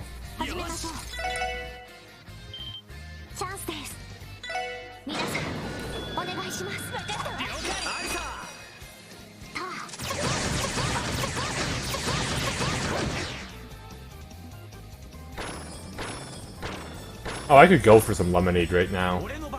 I could definitely go for some lemonade. It's really hot where I am. Anyway, so that's all of them. Oh yeah, we still have the original armor from Prologue, and we're also going to never upgrade that armor. Please let me go. There we go. So...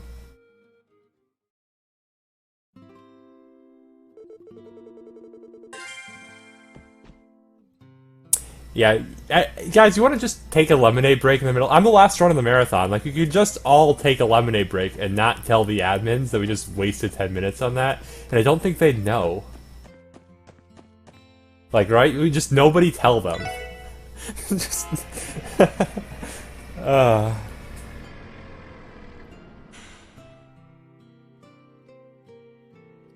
So anyways, so we finished this random side quest.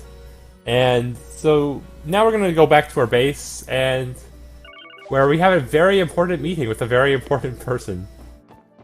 Tuxdev, you can be an honorary not admin right now. You just don't tell the rest of them. Just don't tell Ghost King.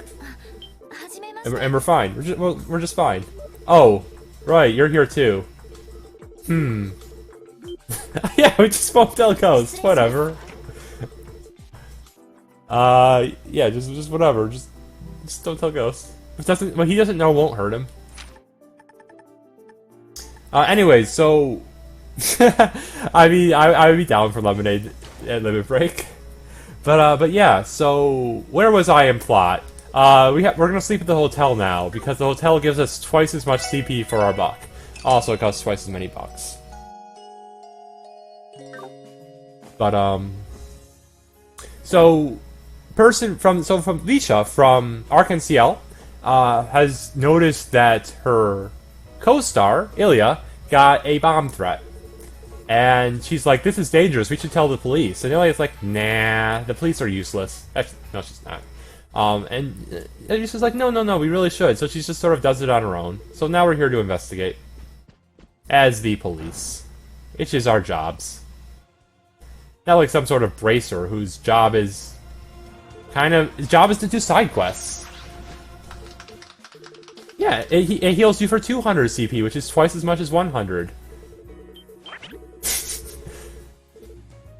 Oh, man.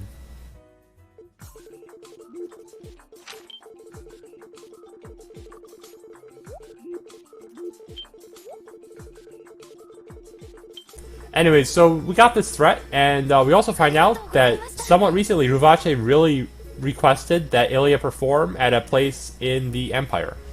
So we're like, maybe Ruvache sent this threat. So we're gonna go ask Ruvache if they sent this threat, because you can always trust the Mafia to tell you the truth. Randy can Wild Rage as well, yes.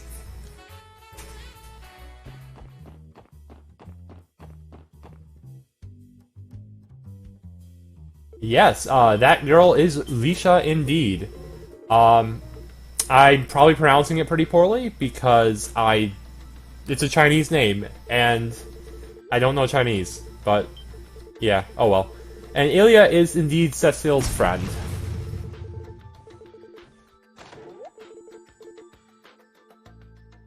Anyways, the Mafia has categorically denied having any responsibility for any of this. Sorry, gotta answer a question. So, now we're gonna talk to Ian and see if maybe he has any ideas. Because, again, we can always trust Ian. Always, 100%. Hashtag Ian does nothing wrong. So, yeah, so we talked to him, and he points out that there's a second Mafia in the city, the Heiyue, whom we should probably also speak with. So we'll do that too. Note from, thank you so much. Just make a lightsaber noise. Got it. Easy. It would help if I hit the right button. That, would help if I walk the right way as well.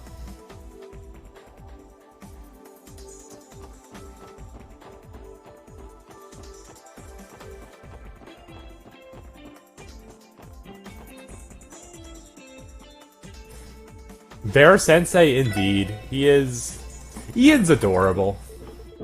Ian really is. I do love him.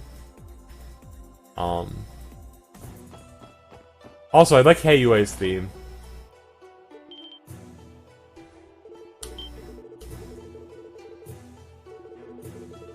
Yeah, that's the person who did the art for Zero, right? Einami Katsumi? Gamewood's nickname is Bear. Yeah, it's just Bear. I remember things correctly. Anyway, so coming out of Heiyue's offices, we're approached by Dudley, who's basically like, guys, we're doing an undercover operation on the Mafia for, like, years. Please don't ruin this. And we're like, you've done it for years and you haven't got any results. I don't trust you to get more results. We're just gonna keep doing our thing. But Dudley's solid. Dudley is super solid. He does have the problem that he's a super solid character in a game of great characters. Also, we meet the mayor, who turns out is Ellie's father. Now, turns out they share the same last name, and they're related, which is just a real shocker. And I don't know why we didn't figure this out earlier, because, you know, like, if just someone who's working with you happens to have the same last name as the mayor, I think one of the first things I make sure of is, am I working with the mayor's daughter? Or granddaughter, excuse me. Dudley is pretty tsundere, yeah. Yeah, you got... Yep, grandfather. Yeah, I remember that. Yeah, her parents sort of left Crossbell because they got fed up with the corruption. Is a very light way of putting it. And just figured that we can't do any good here. So they sort of got divorced and went to different countries and... Yeah. Not the happiest pass. But I don't know. Like Ellie's past, I think is lacking relative to the other three main characters in this in this duology. But they're not bad. She's not bad. Also, we can't warp here because they want to have this little cutscene right here. We're not allowed to warp. It's like super unfortunate. Anyways, Ernest, who is the secretary for the mayor, wants Ellie to go work for her grandfather. So Ellie's just sort of having a crisis of faith. Do I stay at the police? Do I work for my grandfather? But she can do a lot of good either way. And we're just sort of... We need to give her a pep talk on the roof, as one does. And just sort of go to her and say, you know what? You do what you think is best, and we'll support you either way. And also, we're gonna make her think that we love her. Because Lloyd is really bad at not accidentally confessing his love to people when he doesn't mean to. Oh, Lloyd. Oh, Lloyd, you womanizer, you.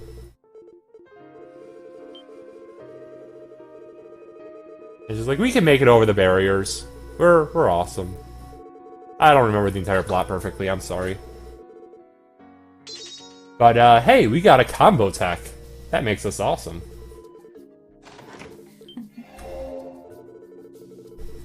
Also, it turns out this Ian person works for Heiyue. I wonder who Ian is.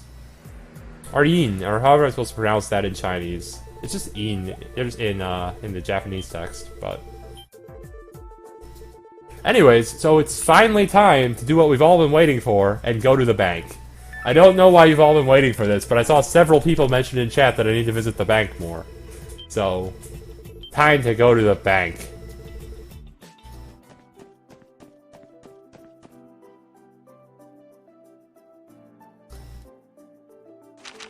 Oops. Press the button twice.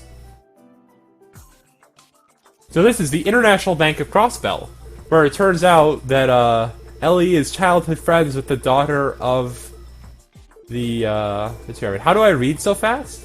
Well, I mean, in English it's easy. In Japanese, I cannot read this fast. In English, I can probably almost follow the plot, but... Unfortunately, second language can't read it as fast. It is pity.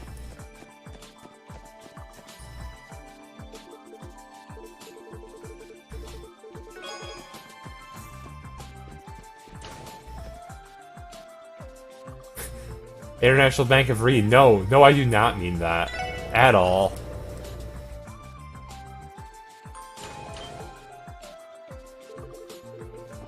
Man, look at that view. Isn't it great? Be a shame if something happened to it. Anyways, look at this guy.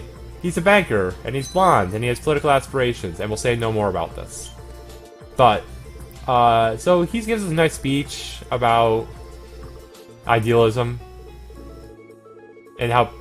I remember liking the speech, and I could not tell you exactly what it's about at this point, but I remember really liking it. Blipverts? I don't know what a Blipvert is.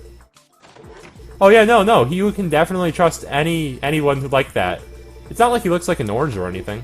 Anyway, so his daughter is gonna take us on a tour of the... Oh right, the actual reason we're here is because we got some mysterious messages over the interwebs. And it turns out the interweb is based in the IBC. Dieter Koy, I really like Dieter Koy's character, actually. He is... So I'm not going to make the comparison that I usually make about him, but... He's definitely an interesting, wonderfully flawed character is a good way of putting it.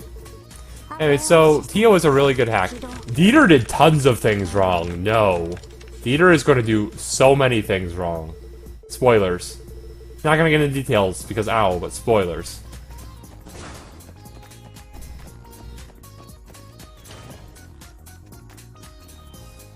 But no, Dieter does a lot of things wrong.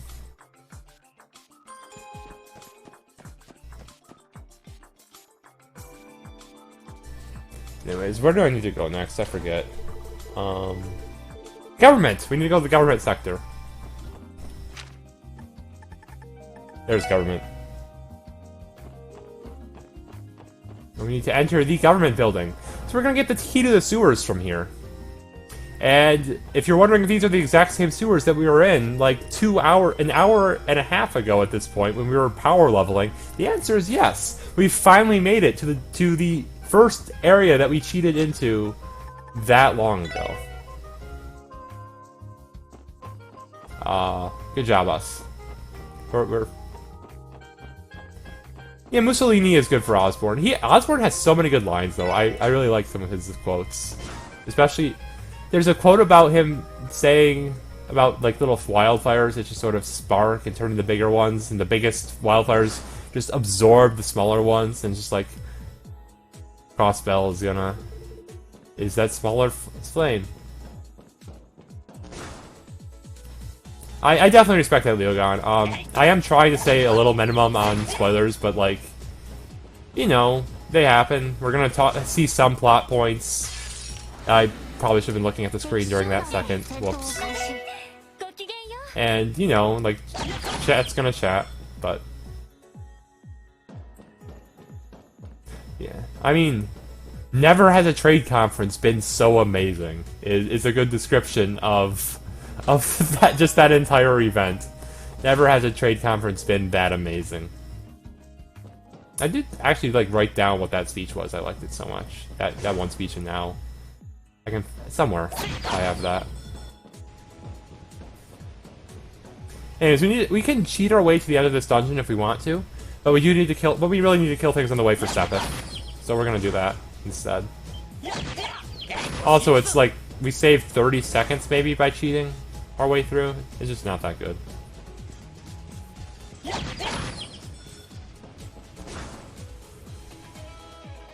Yeah, Goki Genyo. That's what Ellie says when she successfully runs away from an enemy. It means good day to you.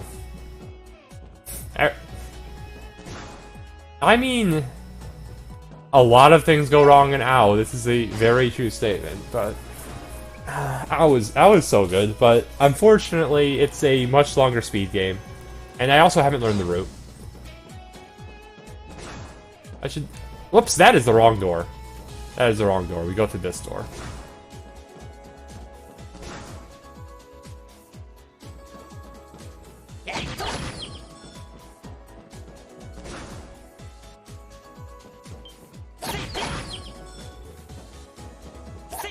I'll get back here.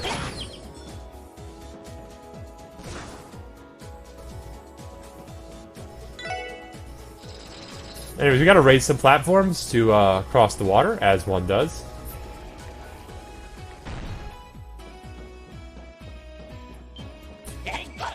Hey, he didn't run into me.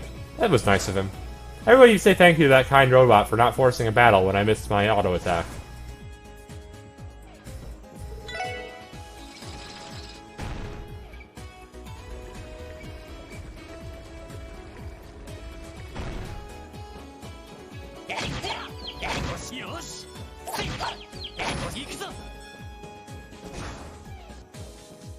Anyways, so we're almost to a boss.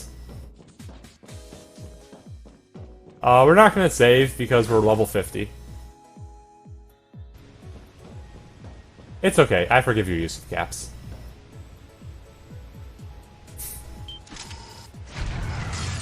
This fight is pretty fun.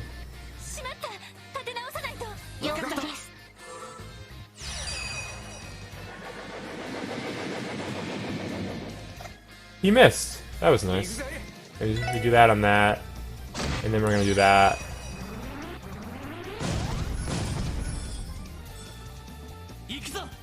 Well, you can't just have things go right. That'd be boring. Anyways, so... yeah, we're still overpowered. How did I get to level 50? So I broke into the New Game Plus post-game dungeon and beat and won. I fought a level 48 enemy at level 3, and then I fought 2 of them at level 23, and I won. It is exactly what happened. Yeah, we don't one-shot that boss. It's kind of sad.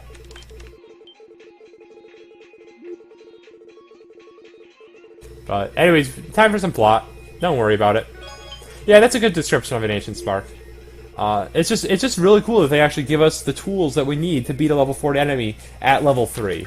Like, that's just not something you see in most games. Most games would have just not given us that ability to do that.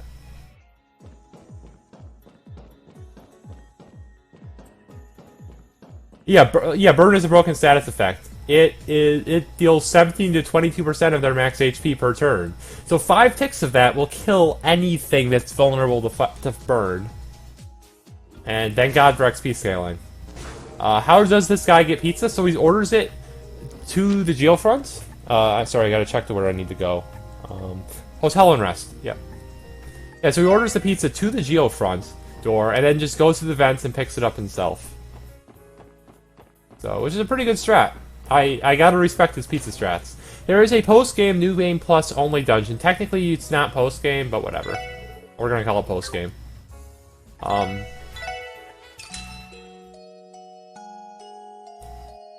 Anyways, so now our next goal is to go to the Stargazer Tower, which is this way. So it's just a little bit of a ways down Ursula Road. So if we actually keep watching, we're going to be using similar glitches again, but I definitely recommend watching, like, maybe not the whole grind, because a lot of it is just sort of like throwing items in place for a while. But it's pretty cool. It's pretty cool. And we got it really quick, too. I was really happy with how quick we got it. I'm actually really happy with how this run's going in general, even with my slop at times.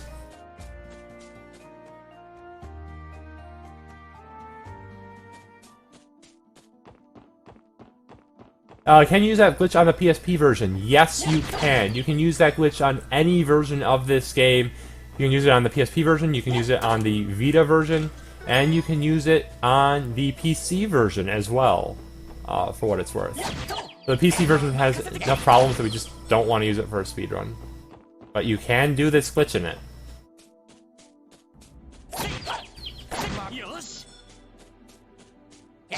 And these guys drop lots of sepets, so we're gonna be grinding them a little bit. Even if they don't drop too many. And that gives there was a cast 1 quartz. Cast 1 gives you the ability to cast spells in 3/4, or cast arts, excuse me, gotta use the proper terminology, in 3/4 of the normal time. Which is really nice. So we get that.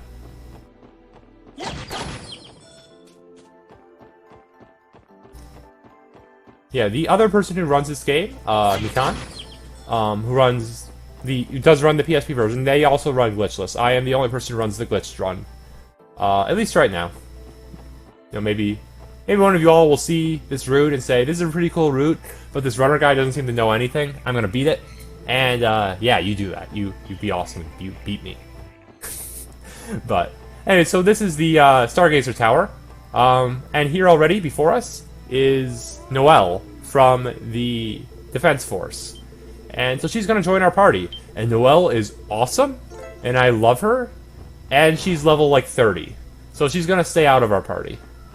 Because, you know, she's not level 50. Like, I'm sorry. You gotta be level 50 to get any respect from me.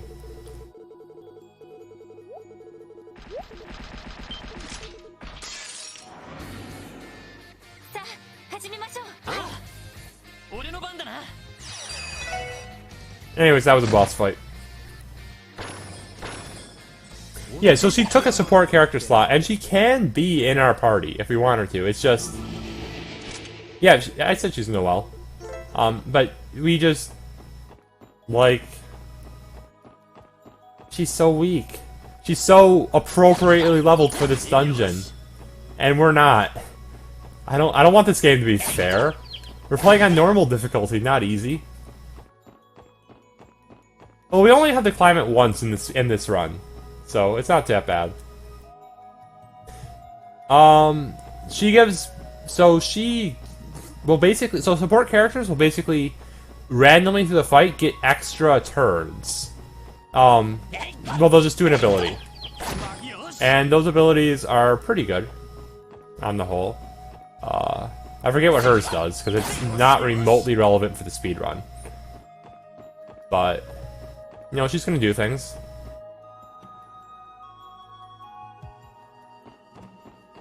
I mean, I usually just call them like the self-defense force, but...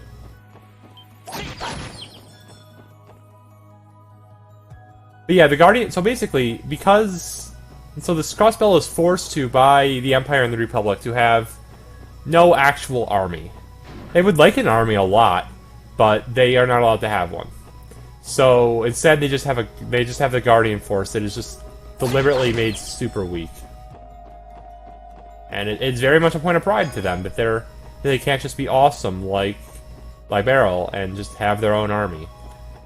They could just like beat the Empire in the 100 Days War. And I'm sure you guys discussed quite a bit earlier during those runs. Which I know V Shadow did 5, or did the third rather. And who did first chapter? Was it Argyle? Or I don't actually know how his name's pronounced. Aggle? I think he did it. But yeah, I got to see the start of the first chapter run. Couldn't watch it all, but I'm told it went well. So, you guys should check that out if you want to see some cool first story action. Ogle, yeah, I did remember it in the end. Go me. Too busy looking at Twitch chat to see if there was an enemy there. My bad.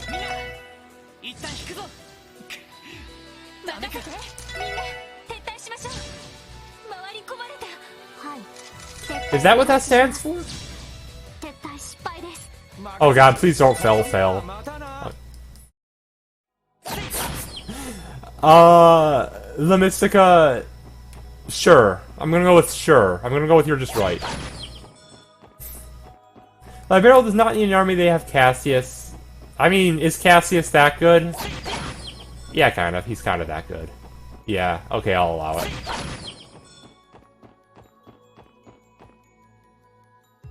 So instead, well, remember the police are super corrupt too. Like, we're trying to fix that, but right now the police are just super corrupt. So really, no, the police have not been upgraded to fix that. But hey, we have a boss. There's some person here called Ian, ready to stop us. And... Ooh, we got a crit marker. Sweet.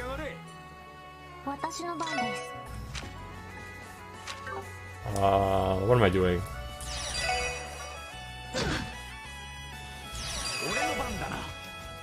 That works. I don't know why I overthought this. You can use smoke bombs to guarantee escape, but basically, that takes time. It takes quite a bit of time, and it's just faster to try to run, because the odds of full failing is just so low. So we're not even going to worry about it. Because the odds of failing of 50, 60, 70, and 80% chance are a half, then 0.3, then 0.21, and then finally, wait, no, I did the math wrong. 0.5, then 0.2, then 0.06, then 0.48? Or excuse me, no, then 0.012. There we go, 0.012 chance of failing everything. Anyways, so we're at the premiere event of the ballet season, and we're still worried about being attacked by terrorists. So we are going to patrol it. And by patrol, I mean we're going to talk to everyone 3 times. I'm sorry. Yeah, I miss being able to just run away 100%. It's really nice, but we cannot do that in this game. We're just gonna talk to everyone 3 times.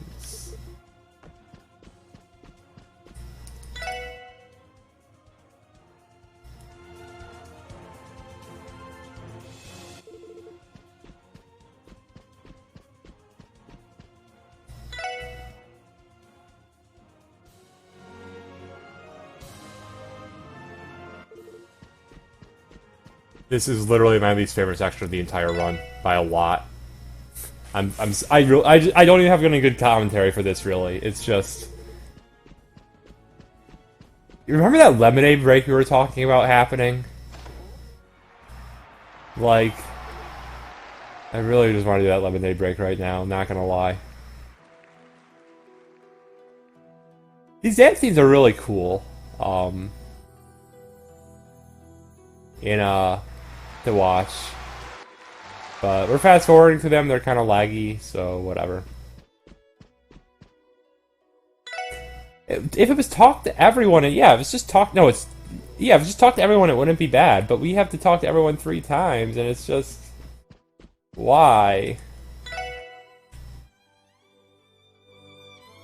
I mean, it definitely drags casually, too, yeah.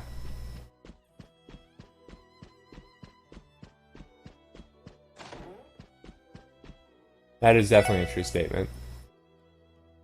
Yep, there is a stage show going on. Also, 2.5D sprites were really bad in that.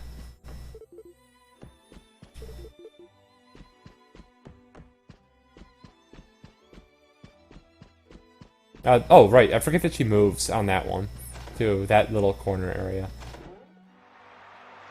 I mean, I can't blame people for, being fanboys over Visha.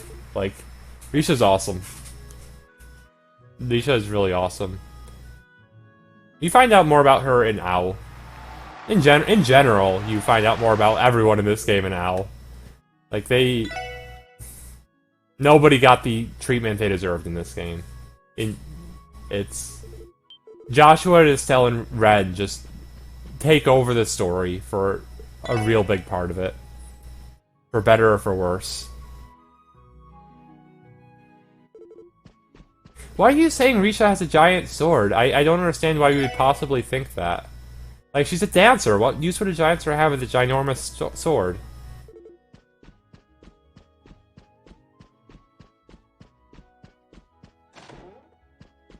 I already did that one. Ah, missed him.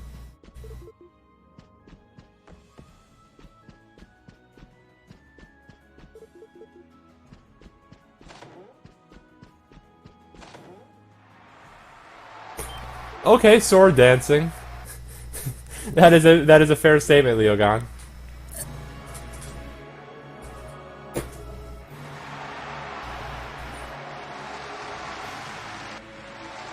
Yeah. Yeah, we're not playing Xenoblade 2. I'm not. I'm not Bowie. I don't even have a British accent. I'm clearly not Bowie.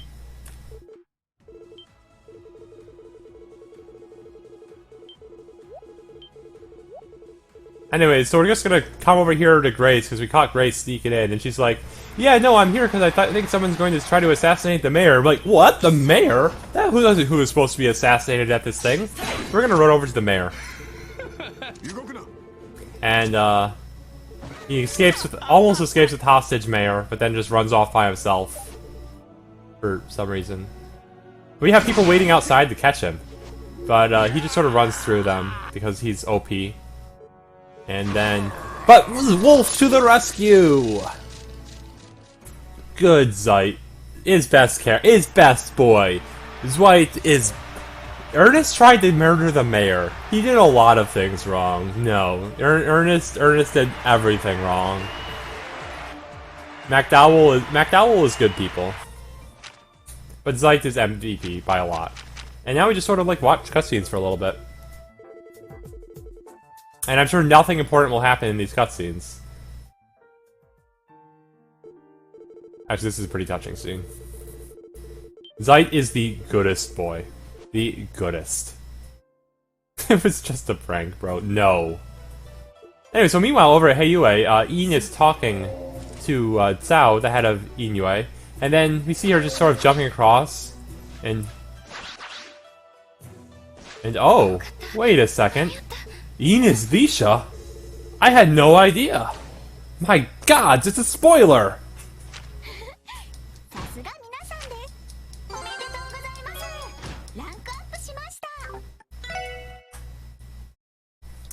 Okay, so we just cleared Chapter 2, which means we're on Chapter 3.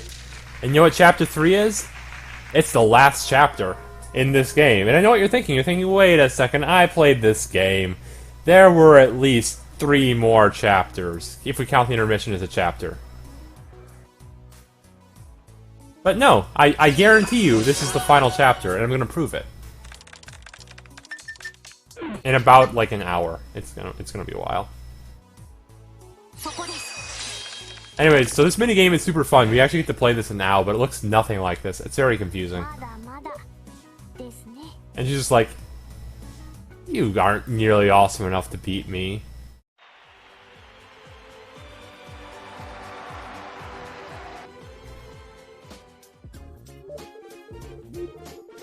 And then we're going on a date with Cecile because this is chapter 3. We just completed chapter 2. Does Ao get a speedrun? Yes. Mikan has done speedruns of Ao. I have not. But Mikan has. I think it's like a 6-hour run now. So it's not too bad, considering it has no turbo or anything. What is Puyo doing in your trails? Are you complaining, sir? Are you complaining about the presence of Puyo? Because if so, I think we have to have a talk. A very, very long talk.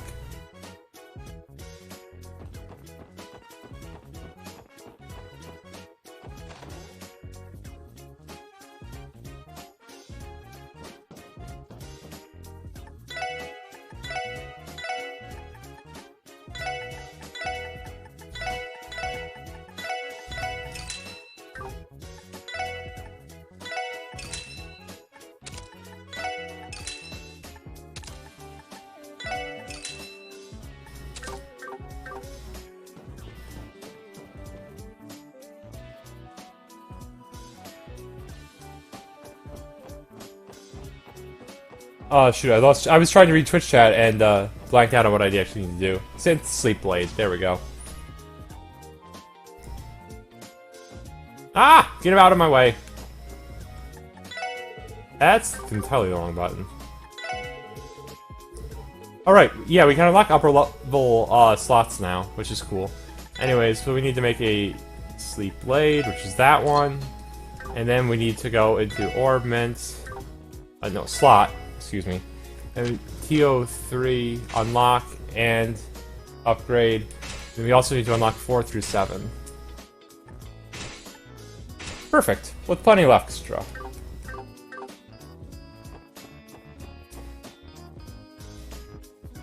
And now we need to head over to Ursula Daigaku. So we'll just take the bus again. So we are heading over there because one of the doctors is missing and presumed fishing, and we need to find him. So, we're side questing again. I'm sorry. Oh, right. Should probably keep my hands on the controller when I'm doing a speedrun. That'd be useful.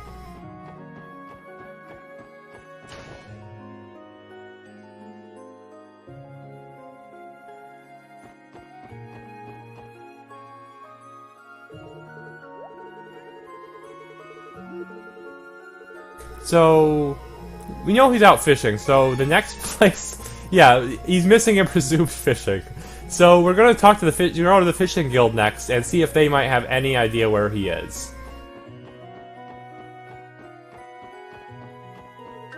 Don't want to cancel out of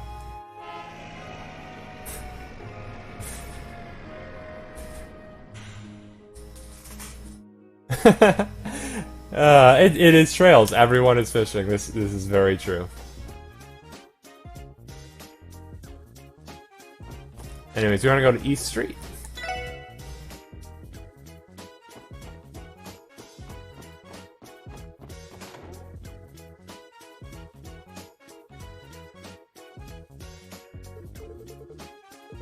This is our first time here, so we get a little extra tutorial. Wait, no, and okay, so they told us that he's off at a tournament. So we're gonna go there.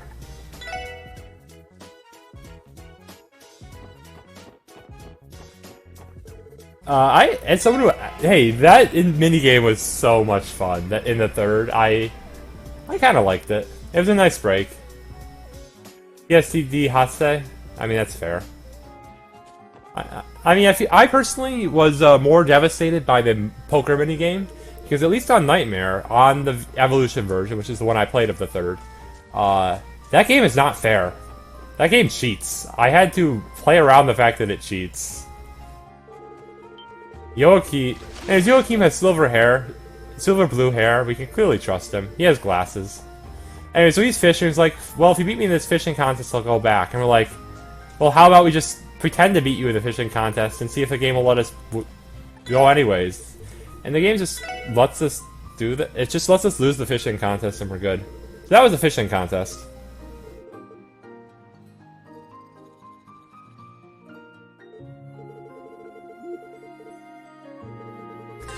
So, quest complete! Yay! How does it cheat? So it cheats, so it just is likely, if you have a good hand, it's gonna get something better. Is how it cheats. So you just don't get yourself a good hand until like the last bet, and then you win. It's super stupid. It's just actually the stupidest.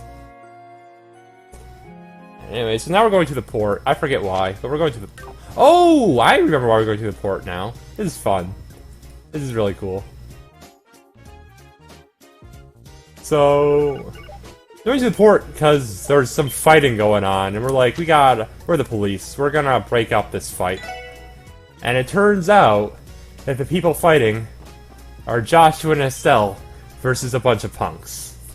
And if I were a punk, I would not mess with a level 140 person. But Vault disagrees. Ow. Why would you mess with Estelle? And then you also mess with Best Girl Joshua. But... So we decide that we're going to deal with all of this pent-up stress and aggression by having a battle race around Old Town. I really just don't know what to say. This game is special. Anyways, so let's just sit back. Also, it's going to be announced by Grace.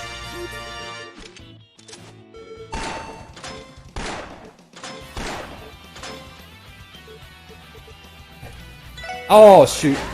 I hit the wrong option. I don't know if that's faster. It might be faster. That was pretty fast.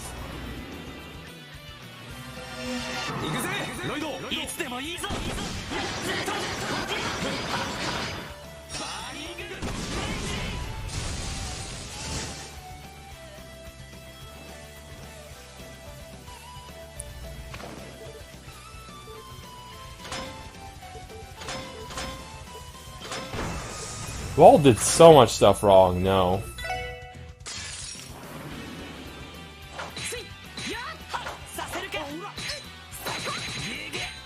I might lose this race. I selected some of the wrong options. It's fine, though. I don't actually know what happens if you select wrong options. I just know what the right options are.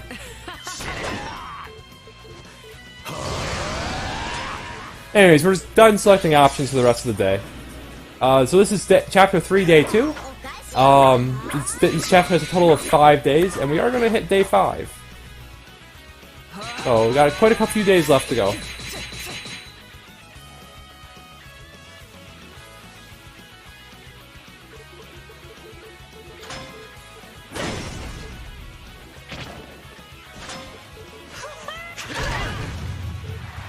Hey, we won the race. Cool. Anyways, we're just gonna chill out on this carpet, and Randy's gonna tell us his entire life story, and we're like, dude, we're just chill. No, that's not what we're at. We listen to him seriously. So I forget how much it tells you at this point, but basically, Randy is the son of a mercenary, warlord person, a Jaeger. Let's just use the word Jaeger, and he has problems, but he's awesome. He really is. I really like Randy's character in this series. But anyways, we gotta check the quest screen, get the Hisu quest.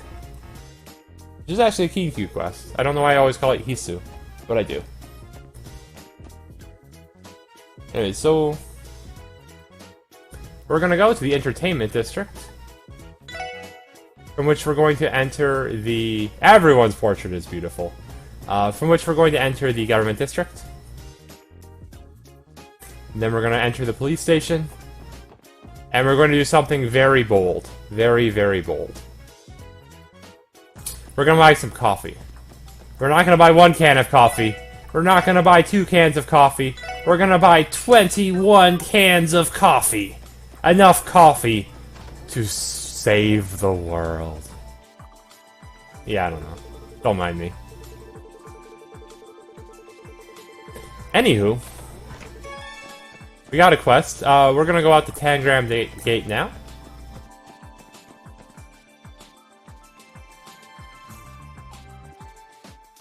So, Tangram Gate, which is out east. I don't know why I went all the way down. Oh, right, I know why I went all the way down, because I'm good at this game. I swear. And then we're gonna go to Tangram Gate. I have a lemonade addiction, Delphi, and your insistence that I keep this marathon on schedule means that I can't have any lemonade. You know how that makes me feel? When you can just get lemonade whenever you want? I mean, you're restreaming, yes you can. When Tuxdev can get lemonade whenever he wants. Makes me feel sad. Makes me feel very sad.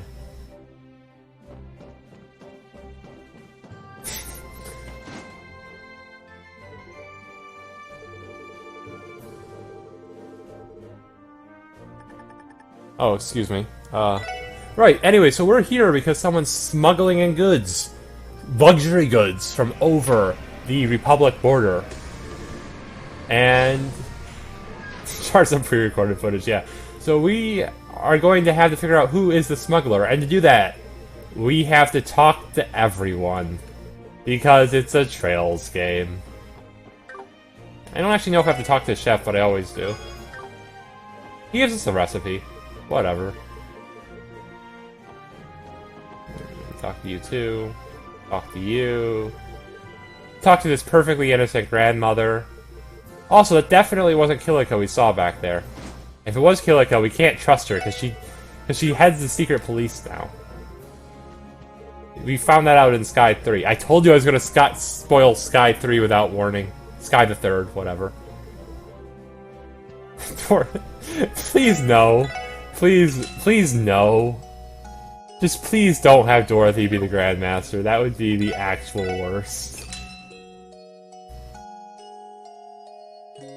Anyways, arrested twice. We now have 200 CP on everybody. And hey, let's all go to the lobby. Let's all go to the... And then we go to the bus. So, who do you all think is a smuggler, people? Who do you think it was? Let's see people say in chat who they think it is.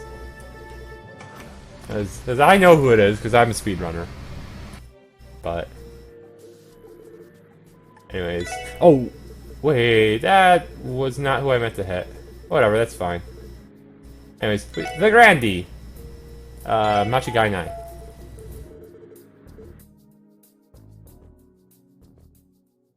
I'm the Grandmaster, what?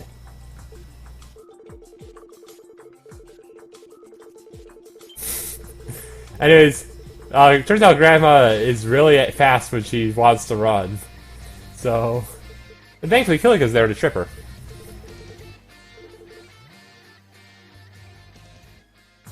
Let's all go to the lobby to get ourselves some lemonade.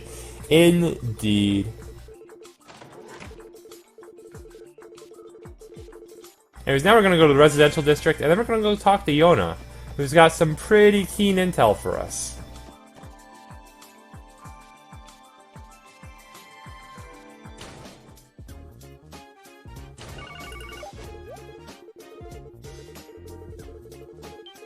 He thinks he's figured out a way to find some hacker that did things on the interwebs. And as the official hacker of the interwebs, he does not accept these other lesser hackers also hacking the internet. But Yona is like the worst hacker out of the 3 hackers in this game. So, you know what? No. Yona just needs to stop being such a jerk. Thankfully, we don't have to go through the entire dungeon again. We just take this little shortcut.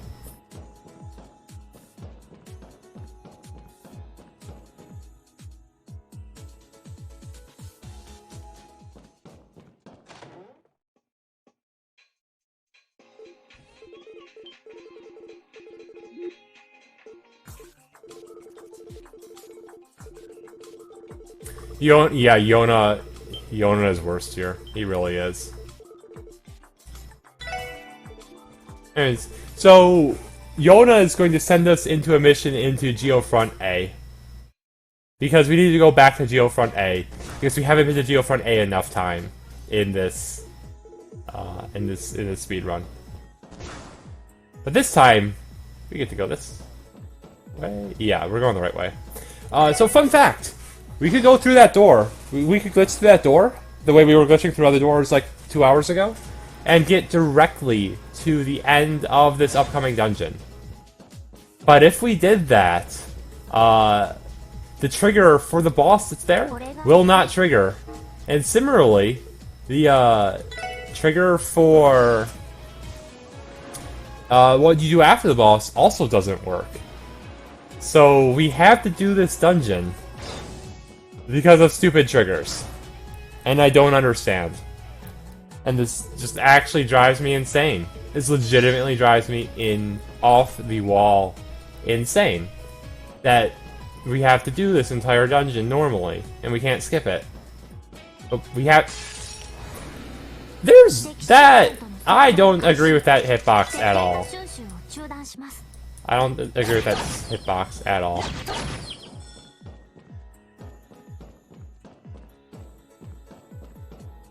Yeah, I don't want to do runs legitimately. I want to cheat. I want to be a little hacker. But this game is just so strong. With its... Like, I don't possibly know how we can skip entire chapters. Like... Because this game just has way too strong of triggers. Right, it's this way. Also will murder that rat.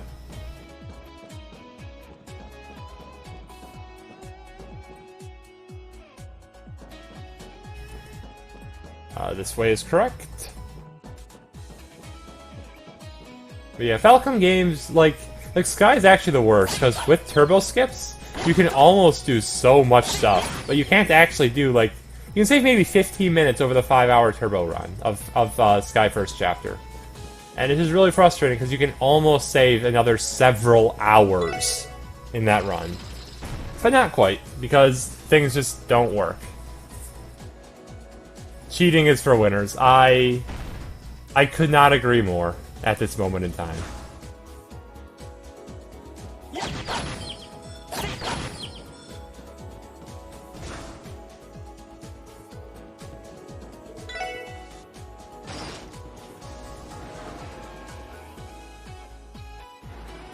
Yororo, yororo, boom, boom.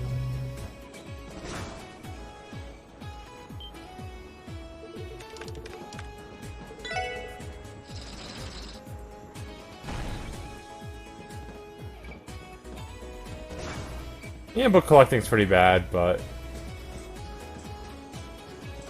I mean...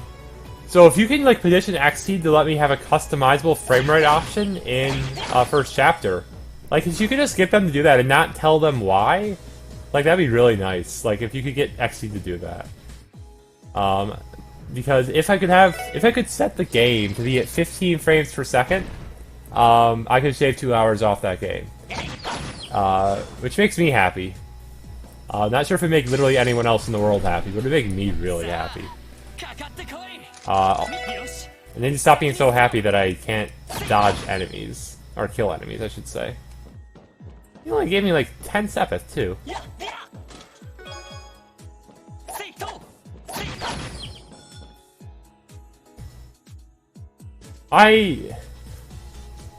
Some of the book collecting is just evil, though. Like, most of the book collecting I'm fine with. Like, if you're exploring the maps at every opportunity, like I do anyways, you'll get them all. Except for, like, one in every game. There's just one in every game where you need a guide, and it's awful. It's just very awful. I am blind, because I didn't see him. So I'm clearly blind.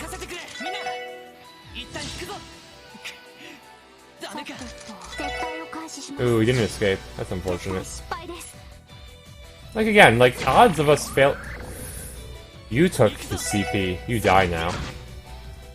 You're just dying. Okay, maybe you're not dying. Now you're dying. Ha! Take that! That's what you get for dealing damage to us in the form of CP. Oh, that's actually... What? What was that hitbox? What was that hitbox?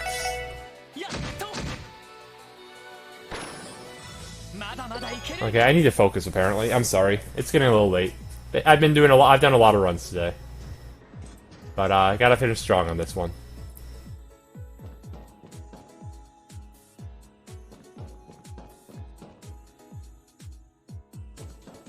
I always go the wrong way on that tunnel.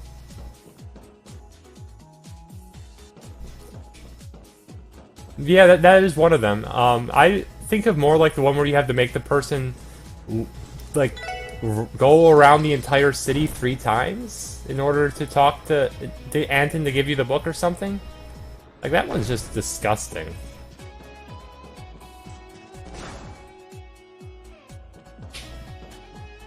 Anyways, we're almost at the boss. By almost, I mean here's the boss door.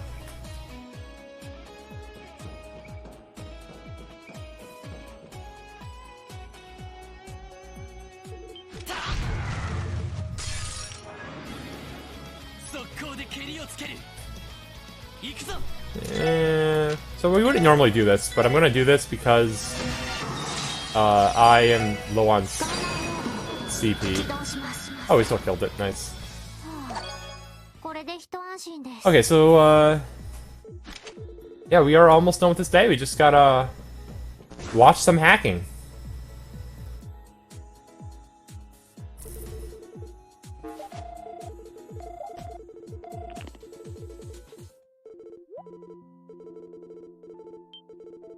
Oh yeah, this is where we find out that our big brother went off with Tio. Oh yeah, also I have fingers because I'm on a Vita.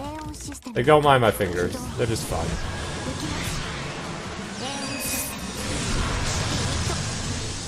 That was totally hacking. That's what hacking looks like, guys. Just, if you've ever been curious about what hacking looks like, you just saw it.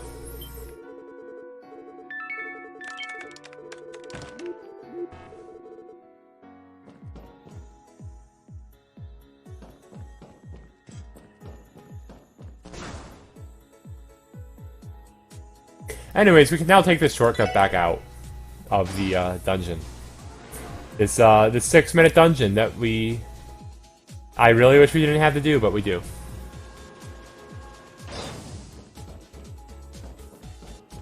I mean, if a computer science Jedi tells me that's what hacking's like, who am I to disagree?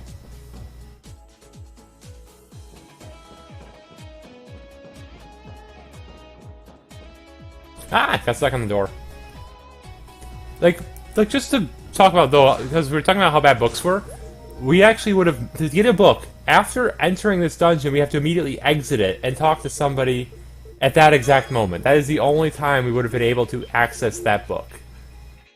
Also, yeah, the internet is super new at this point. It's a very true statement.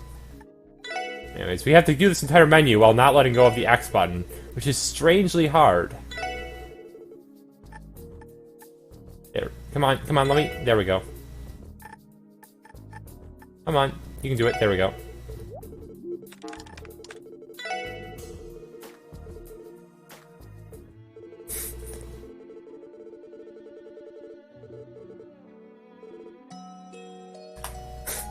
Still save time.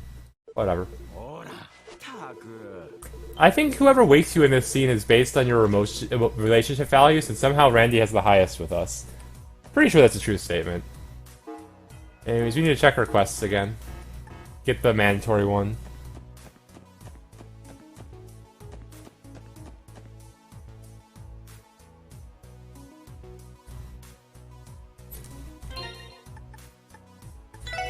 Anyways, we need to assign some stuff. So, HP1, EV...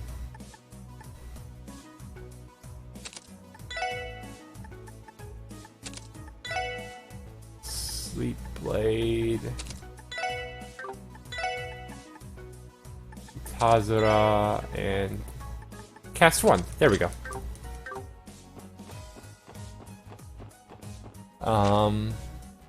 Right, now we get to go to Almora Village. Yay. Back to Almora.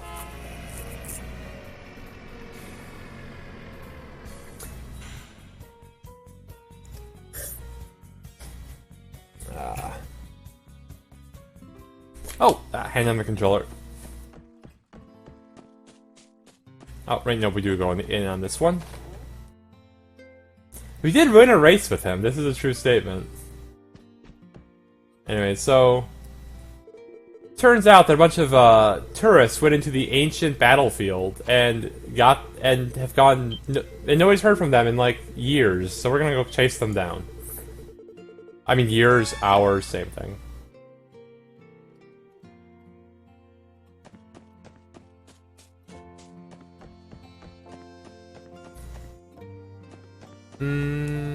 We're fine. I don't need to rest twice.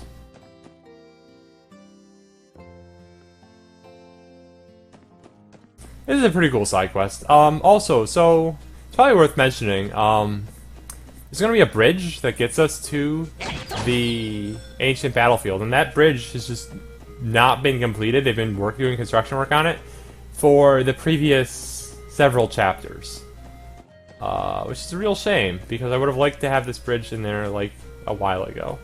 Oh, the music in the ancient battlefield is absolutely incredible. That is an absolutely true statement. Cannot be emphasized enough. So let's get in there and let's listen to it.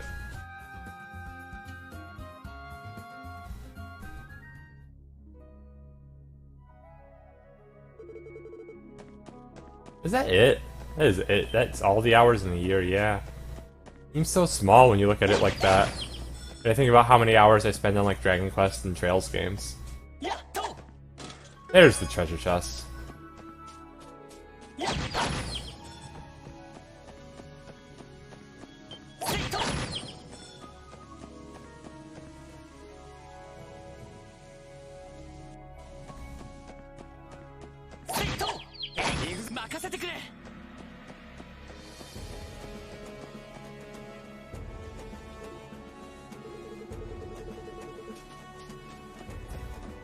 Oh yeah, so right, so we found one of the people lost in the ancient battlefield.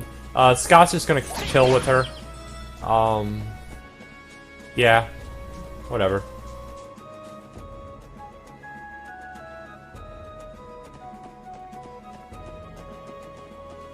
I mean, if you play like 10-hour RPGs, sure you could beat hundreds in a year.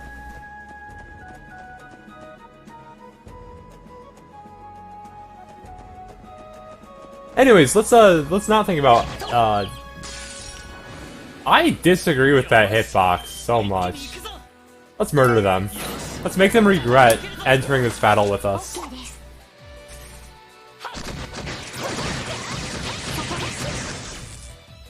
They'll give us more Sepith this way anyways. We can use the extra Sepith.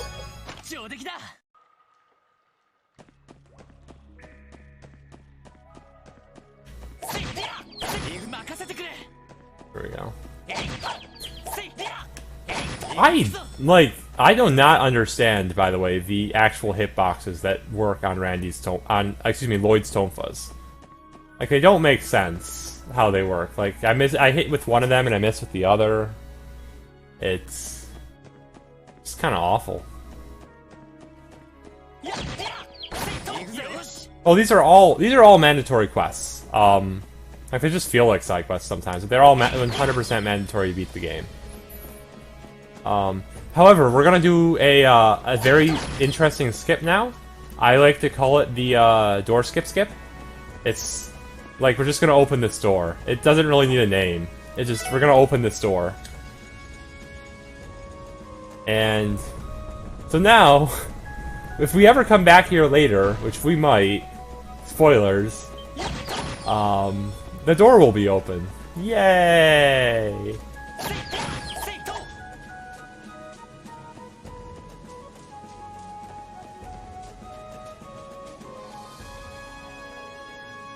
I mean, we are not professional side questers, we are not bracers, but we're like bracers.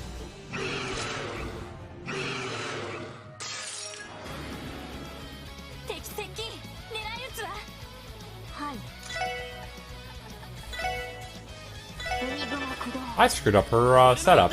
That's interesting. Anyways, oh, I know what I did wrong. Oh, I'll deal.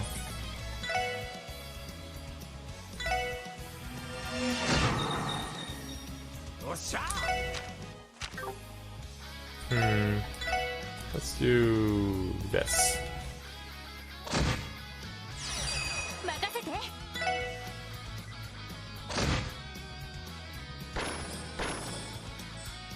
Yeah, so I screwed up the slight slightly. Not the end of the world.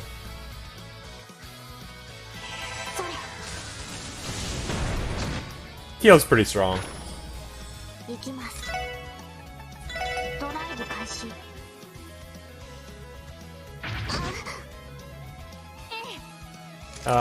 We'll just skip turns until she gets her spell off. That should kill it. Okay, it didn't. There we go. There we go! That went pretty badly. Oh well. Yeah, enemies are starting to get to the point where we can't one-shot them quite as easily. But... oh well. Yeah, I need to go fix Tio's...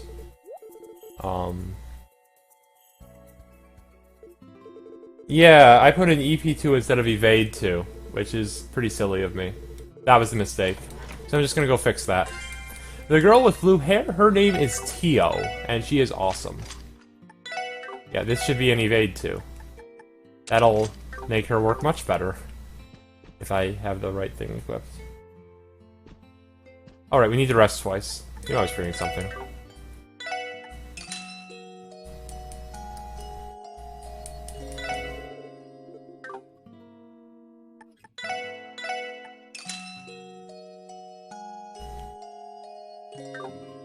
Ah, well.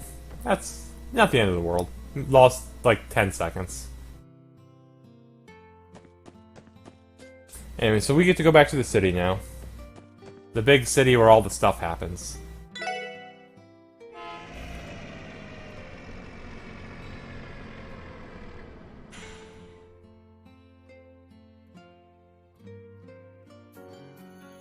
And we go to our base.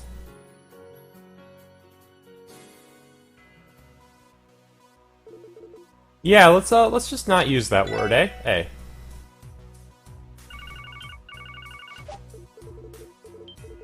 This is new game. I did some pretty fun things in order to hit level 50, yes. I glitched into the New Game Plus only dungeon. And, need to actually focus on doing menus sometimes. Glitched into the into the post-game dungeon and beat some level 48 enemies at a level somewhat less than... That's not what I want to say to it. I want to buy all the Ultimate mix.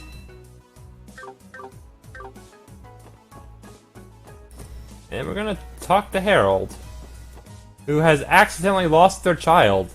Again. Again. How do you keep accidentally losing your children? Like, I don't understand. But, we are going to go on a wild goose hunt for this Colin kid. And so, that requires us to talk to literally everybody. Thankfully, our party members will handle some of it. But we need to talk to pretty much everyone. They're pretty bad parents. They're really bad parents. So, let's see if the kid checked out ballet. Nope. It turns out the kid does not like ballet. Well, maybe the kid likes ice cream. That seems like a better bet than ballet. Nope. The kid does not like ice cream. Strange. Maybe the kid likes bunny girls. Nope. Kid doesn't like bunny girls. Maybe the kid likes casinos. 6-year-old kids like casinos. Nope, 6-year-old kid does not like the casinos. Strange, I really thought we had it on that one. Okay, we're gonna go back to food. I think food was a good idea.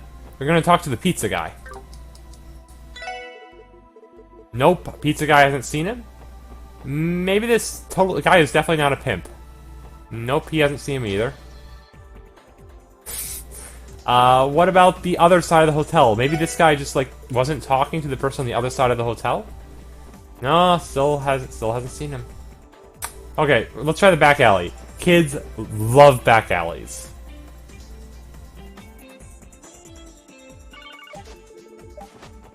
This is probably actual pimp. Nope. What about the jazz bar? Like jazz is awesome. Kids could like jazz. Please talk to the right person. Nope. He didn't go to the jazz bar. Maybe this random woman walking on the street. It definitely is not anything. Maybe he went into the store of this creepy old lady. Nope. Not the store of the creepy old lady. Okay, let's try the central square. Oh, but first, hey, it's Ren, and she decides to help us find this kid. How strange. Why would she want to help us find this kid? I don't understand. Anyways, we need to... You know, let's go back to the food plan. Let's check out the restaurant.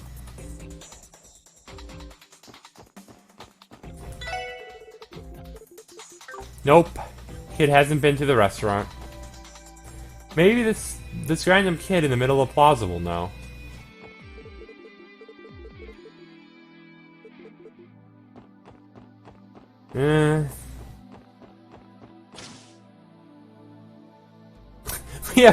We have successfully found a kid. Not the kid we were looking for, but we have successfully found a kid. Is the kid Estelle and Joshua are looking for? Hey, Ghost King. So if anyone mentioned something to you about like a 10-minute break that we took to get lemonade, it totally didn't happen, and I don't know why you believe them.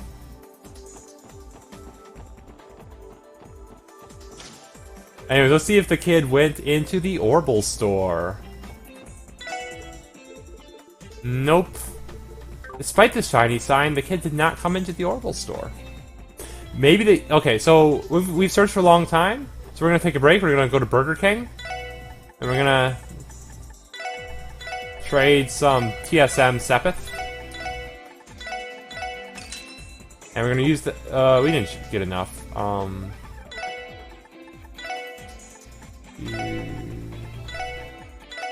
Sorry, I gotta make sure I don't, like, run out by accident. That'll be enough. Okay, we're gonna buy 8 King Burgers. There we go. Who do I... Her! We talked to you. Okay, you haven't seen her either. Have I soured on lemonade? What does... You can't sour on lemonade. No one sours on lemonade. Maybe the kid likes Chinese food? Well, one of our party members is checking out the Chinese restaurant for us. Just give the parents this kid. That would, What an odd economy indeed. Anyways, maybe this kid by the train station's seeing the kid.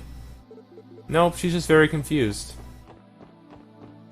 I mean, it's a King burger, man. Have you been to Burger King recently? Their top-of-the-line burgers are expensive. Nope, the kid did not wander into Geofront. That's good.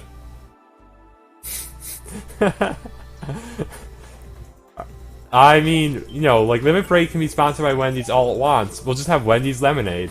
This is fine. This is completely fine. Anyways, we're gonna head out west now. And, it's King Burger. It's not any other restaurant besides King Burger. Like, that's not even the name of any restaurant in America, to my knowledge. So, I think it's fine.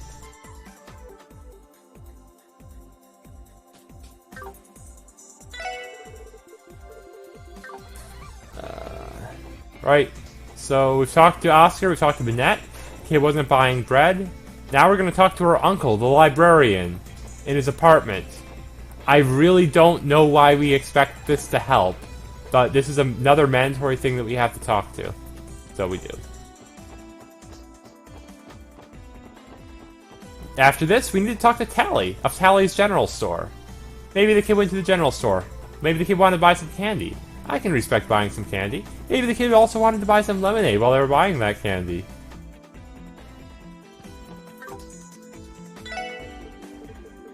Nope, Colin doesn't like lemonade. I don't know why we even bother with him then.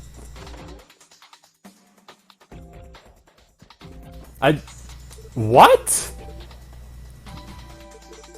Ghost King, that lemonade is terrifying.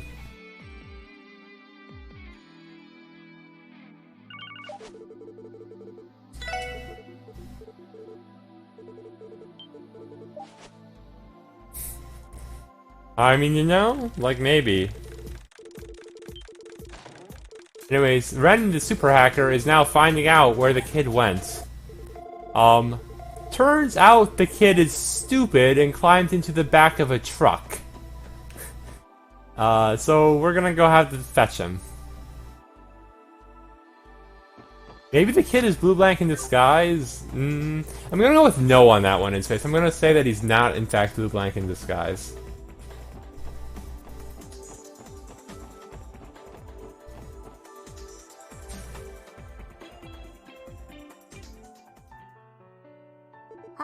Anyways, so we got one last road to explore, guys. Savor it, because this is the final road we get to explore.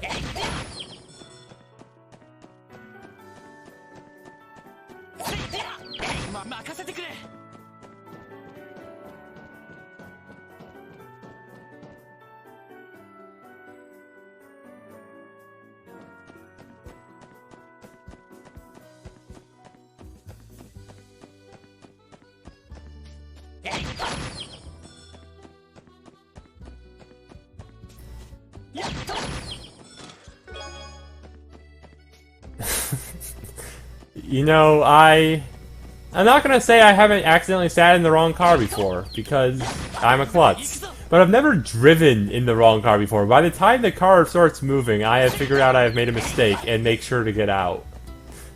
So...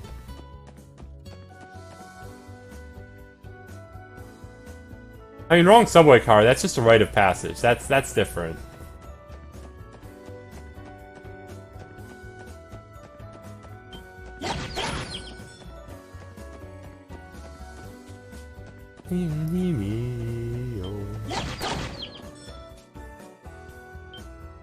Okay, so we found the truck. Turns out Kid got out of the truck at some point. Gonna have to keep going.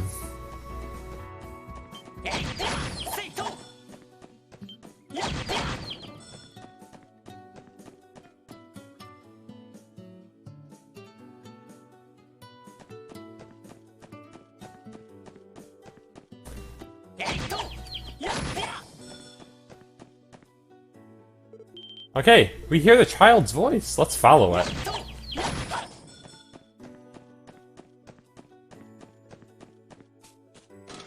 Also, let's pick up this Sepith over here.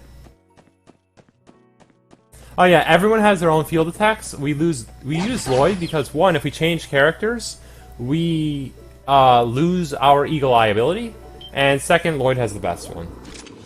Also, Kid was chasing a butterfly. Kid was chasing a butterfly into a pack of wolves. Like, actually.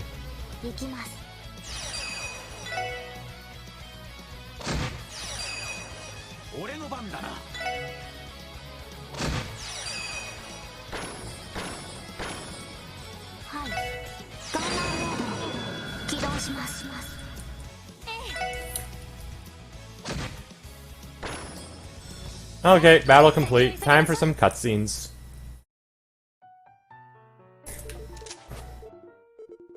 Oh, wow. So on the right side, this day is over, basically. But we still have to watch some cutscenes first. Anyway, so Ren brings him home, and she tucks him into bed.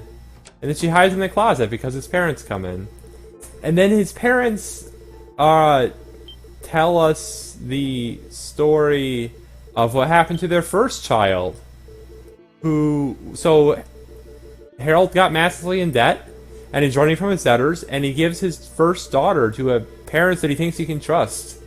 And it turns out he couldn't trust those parents. He couldn't trust those friends at all with his daughter.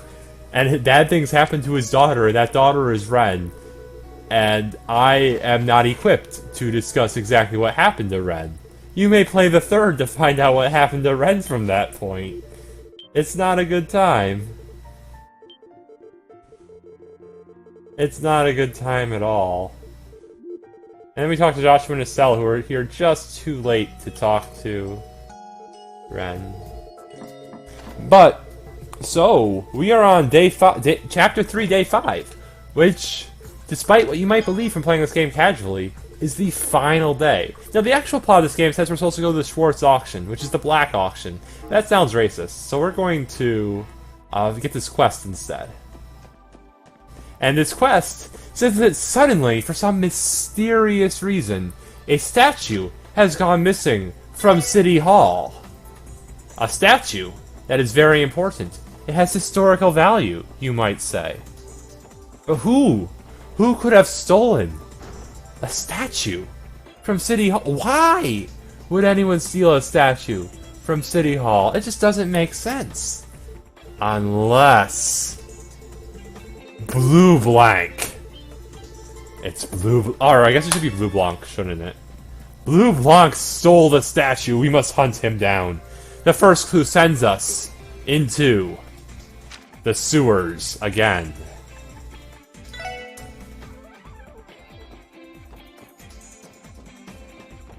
So we're gonna go back into Geofronte.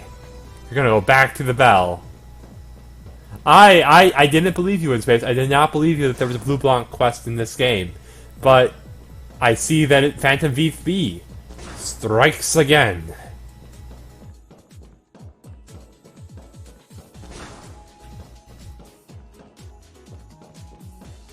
So we're just gonna have to go to the bell.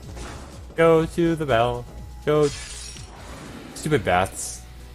So bad at this game.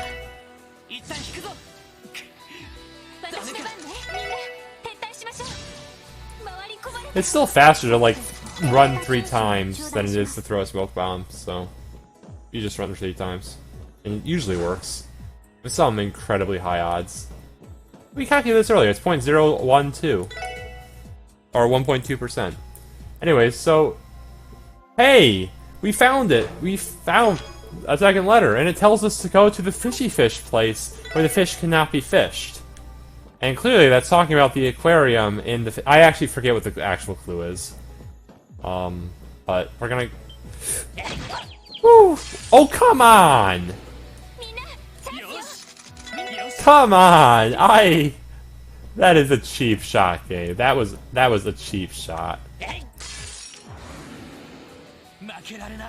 Oh my god. He ran into us. In trying to avoid us, he ran into us. Enemy too strong. I gotta focus. I gotta focus. Only 3... Got another hour of this run left.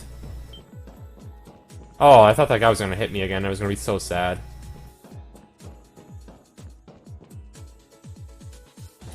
His name is Blue White. Let's just call him Blue White. It's Blue White's name. Like, that's such a rude thing to say about Blue White. Like, you know? Like, not everyone has the coolest name. Some people's names are just Blue White. Like, you should respect that.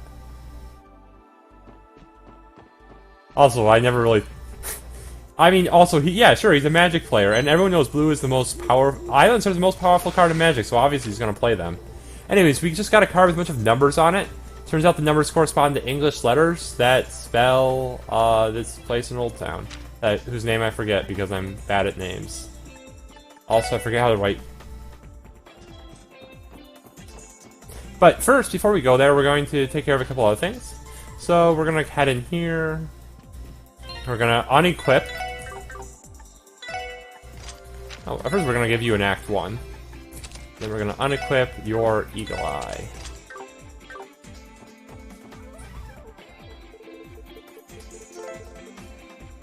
Got a quick tutorial, then we'll just send that. We're not gonna have enough Stepeth. That's interesting. Or enough money. Huh.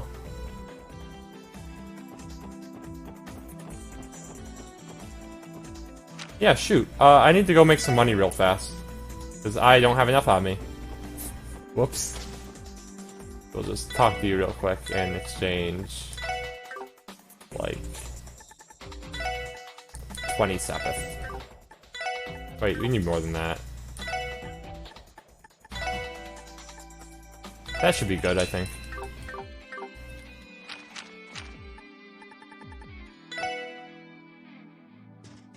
Yep, this is basically the direct sequel to Trails in the Sky the Third.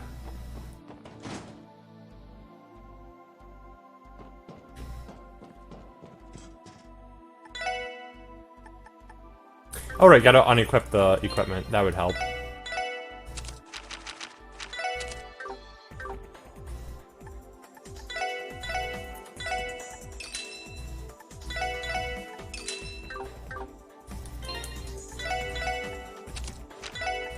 Okay, so we have the best weapons in Chapter 3 for Randy and Lloyd, also known as not very good weapons. And then let's go to Igneous.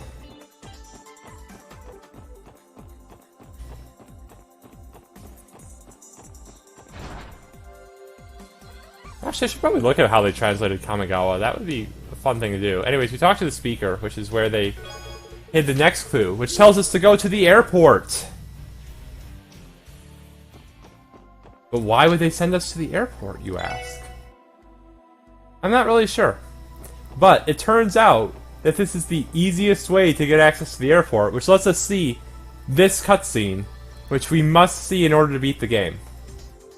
That is not me being sarcastic or anything. We had to see that cutscene. But now that we've seen that cutscene, we're done here. So we're just gonna... We've seen the airport. That's all we had to do. Let's head over to the hotel.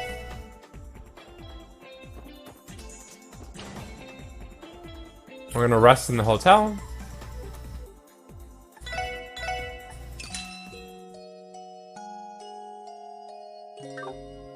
And now we're going to head off. So if you'll remember earlier, when we were saving those random people who were super silly and got themselves stuck in the ancient battlefield, you may remember that there was a door behind them. I feel like I'll talk about why we had to see the airport later. But yeah, so there was a door behind where those people were. That door just so happens to lead into the final dungeon.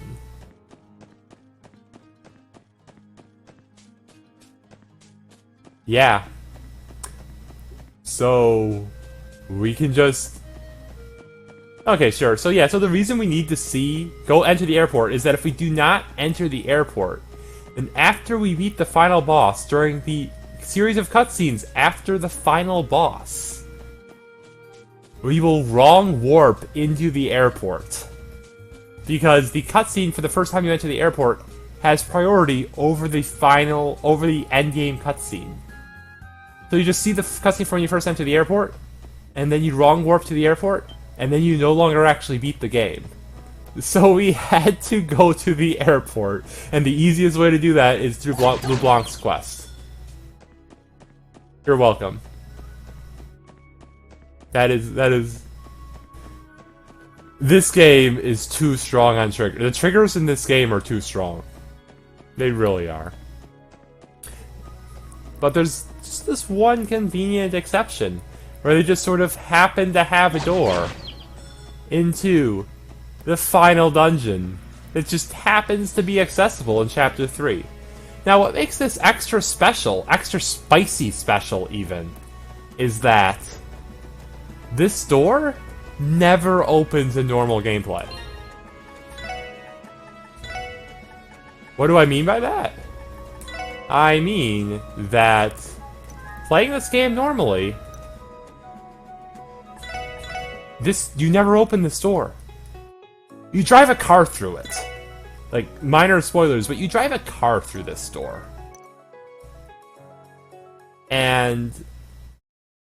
But it just so happens that this door is programmed to be openable.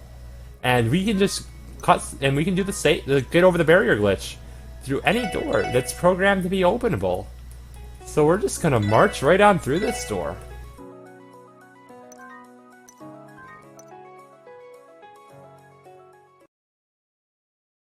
That will take us into the final dungeon. A couple hours before we're supposed to enter it.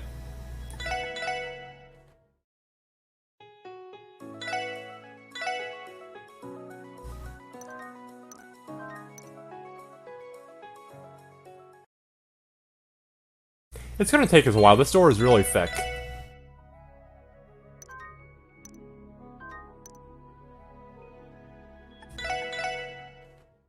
Yeah, it's just really bizarre design. Because, like, you can't do this through some other things. You can't quantum tunnel through... My phone just beeped at me. It's probably not important. It's probably somebody from Discord.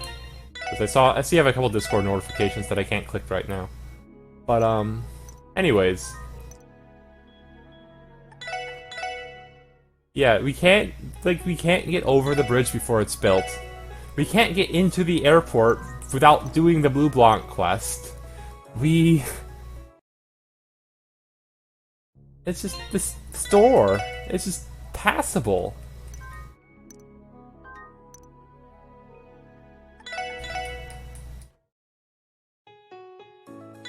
It's just crazy. Like, just to think about.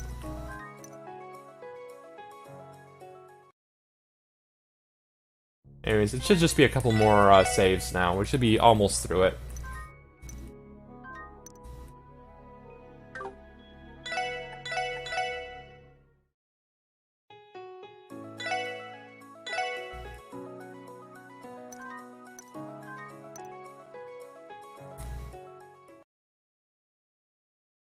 Hey, we're through the door.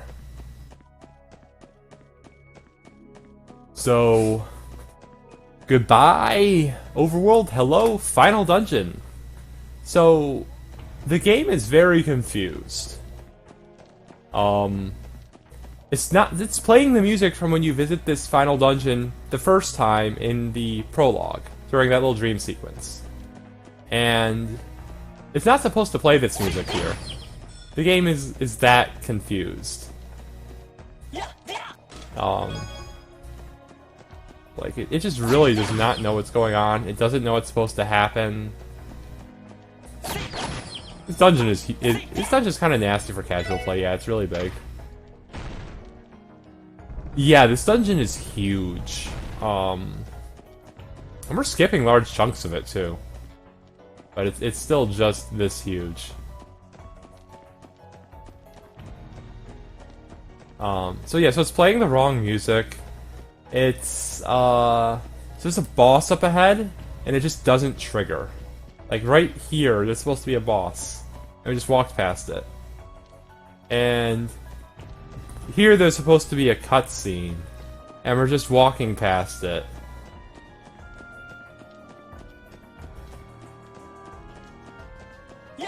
Oh, too far away.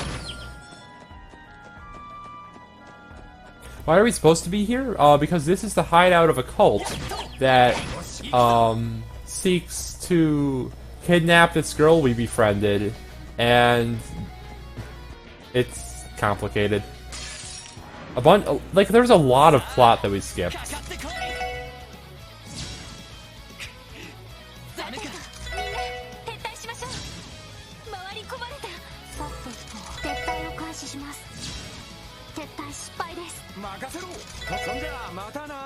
I'm pretty sure the music's supposed to change when you enter here the first time.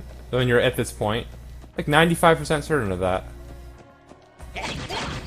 Anyways, we 100% need this. No, we have not met this character. She said, "Mitsukete, find me," to us once. That is the extent of her interaction. Okay, so the music recovered. This is the final dungeon music. It's pretty awesome. We're gonna get jammed to it for a little bit. The camera in this game cannot be rotated. It's actually really unfortunate. Yep, we were supposed to, in the end of Chapter 3, we're supposed to meet her. But we don't got time for that.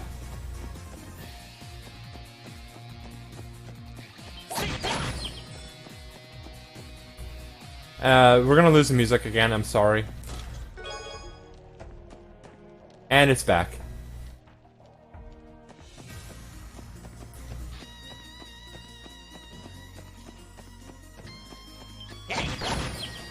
If you are not rocking out right now, I don't know what you're doing. I mean, I can't rock out. I got a speedrun to do, but like, all of you guys should be rocking out right now.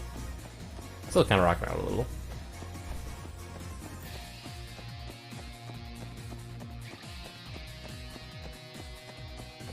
I don't know this Kia person. I've done a lot of speedruns of this game and I've never met Kia, so I just don't know who you're talking about. Bill Keister.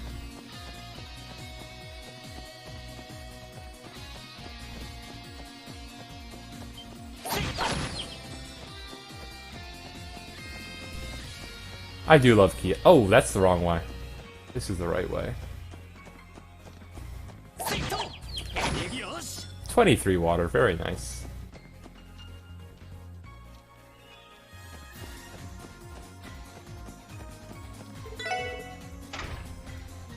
Yeah, we still need Sepith. We still need a lot of Sepith, actually. So we are very much still collecting Sepith. Because we are really weak. So when we enter this dungeon, Joshua and Estelle are supposed to have joined our party. Also, there's supposed to be another boss fight right here. But Joshua and Estelle are supposed to have joined our party. And they joined our party with a lot of really high power... They joined, quartz. That we're supposed to just, like, have access to. But we don't.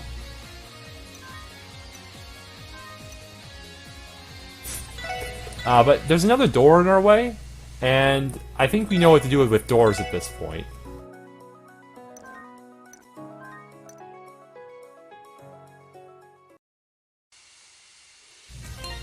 This door's pretty thick too, but it's not as thick as the last door.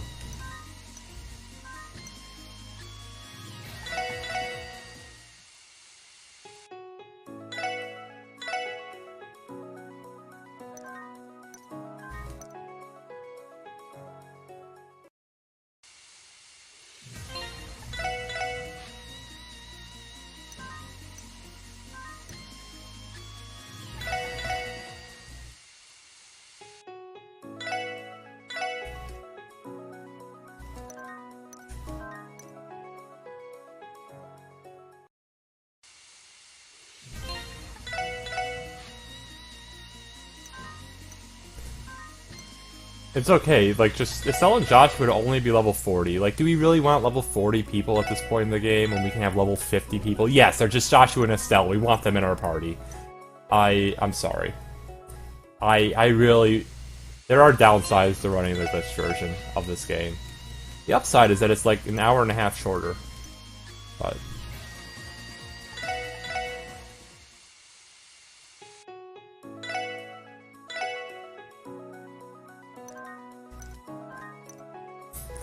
You could have had SC too. You could have had another 8 hours of Turbo SC. You know, I think you can always have more Joshua and Estelle in your lives.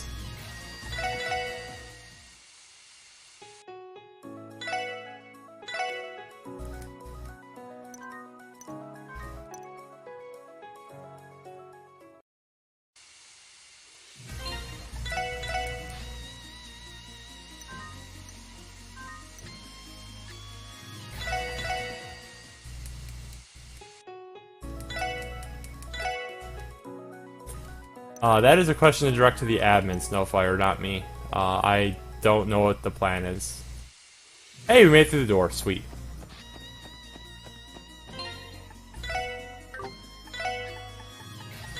Where are we? There we are. And also, while I'm in here, let's fix my tactics, because we have to put people on the back line.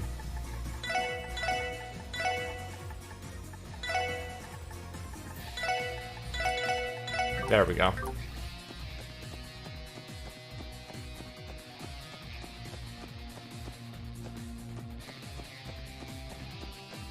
It's okay, La Mystica. You're not missing much. We just blitzed through a door. Sky FC is kind of ridiculously long, yeah. Okay, so we just right-hand rule our way through this dungeon. It's pretty fun.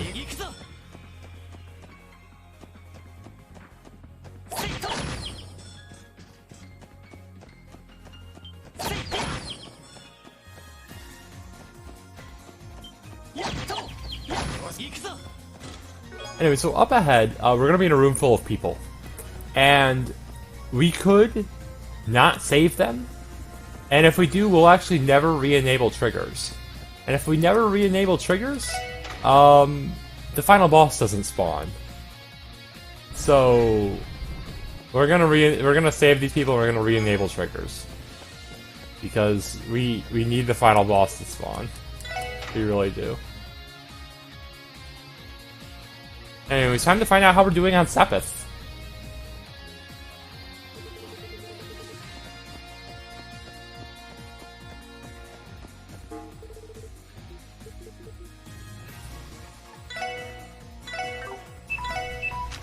Oh, I should get that. Oh well. So let's see, we need to strengthen 1, 2, 4, 5. Strengthen 1 of you is more important, so we'll do that, and I can do that later. Oh wait. Shoot, need to. Hi-ho. Okay, so we're gonna come back. So we're a little short on Sepith. There is a backup chest we can do. We'll just do that backup chest, and we'll be completely fine. This is completely fine.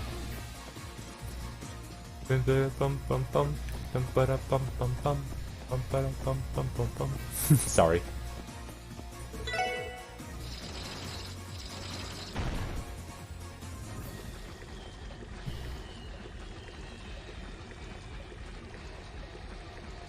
Yeah, I saw part of the Naruto race. That was really good. Friday night. Pick up this attack 3.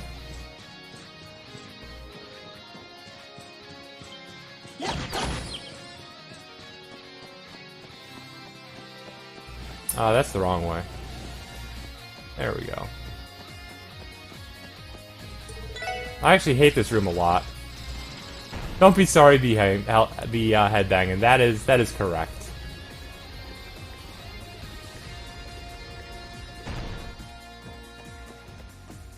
The ornaments in Zero are basically exactly like Skies. They do add Master Quartz in Ow, but yeah. And then you have a Akatsuki Quartz, which look like these beautiful things. Like, I don't know anything about how Akatsuki plays. I've just looked at the ornament charts, and they look beautiful. Which probably says a lot about me that I think that looks beautiful. Okay, there we go.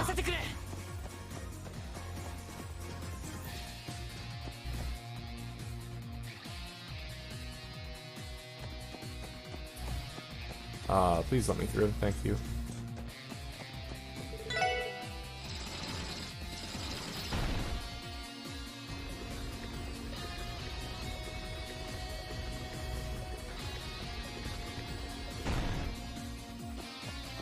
They get Enigma 2s and Owl, yes.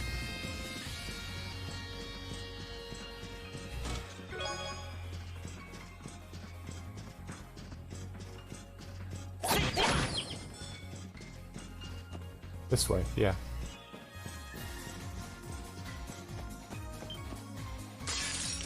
I just didn't see him. That was entirely my fault.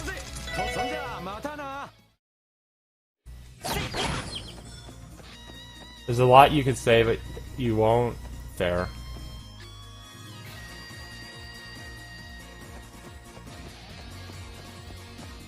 That is completely fair. Oh, this way.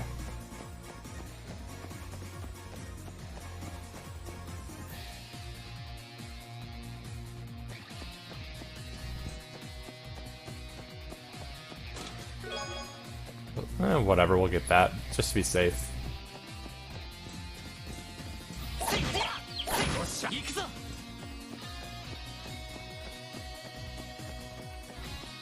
Carpe Fulgur guys were hinting at taking on a gotcha. I feel like the Carpe Fulgur guys have, like, PTSD with, Trails games. I can't see them really wanting to do that. But who knows, who knows. I hear gacha games just make stupid amounts of money. So.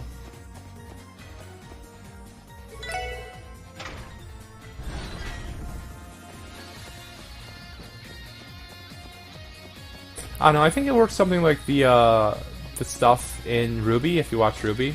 Like, I figure it works on the same principle.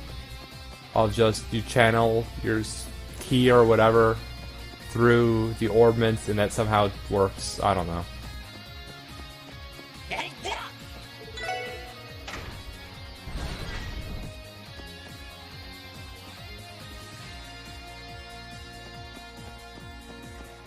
Anyway, so we're back. We have some extra quartz now, so we'll just... which one? Yeah, this one, this one, this one, and then this one, and we're good. Perfect. Basically, actually perfect. Very little extra. We'll then exchange the rest of our quartz.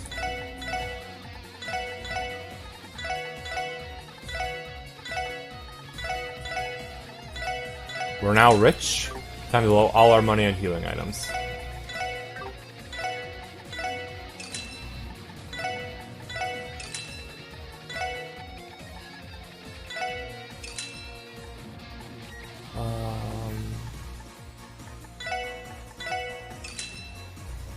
Did I miss something? Nope, I didn't. Okay. We'll just buy some more Sarahs. Why not? And we're poor. Whatever.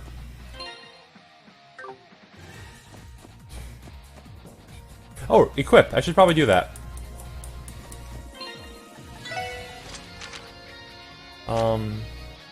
You got that, you got that. You don't need things. Oh, right. I want you to have HP 2. That's important. You can have HP 1. And you need that attack 3 quartz we got. Okay. Now we're good. Wait, no we're not. You need this, and you need this. Wait, not. Why am I giving it to you? Go back. You get a straw hat. You get that. Sorry, that's silly of me. Anyways, we are gonna save the game here because this boss is actually more powerful than us, probably. We are no longer OP because we don't have any defensive equipment at all, which is a little bit underpowered place to put. Also, as you've probably noticed by now, triggers have been re-triggering. We have cutscenes again. Again, we could have skipped this. Each person can have 2 hats, is why we bought 8 hats.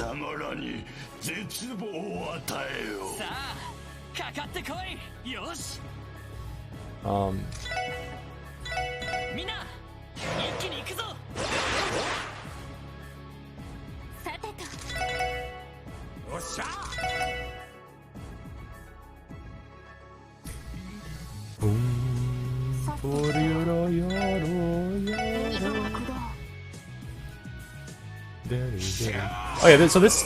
Oh, God! Boosh! Boo! Poop monkeys. That was really unfortunate. Yeah, so this is Demonic Drive. It's pretty awesome. And, I just got destroyed by an instant death attack. That's pretty not awesome. How do I even play this now? I literally just don't know how to fix this problem. We're just playing this by ear, folks.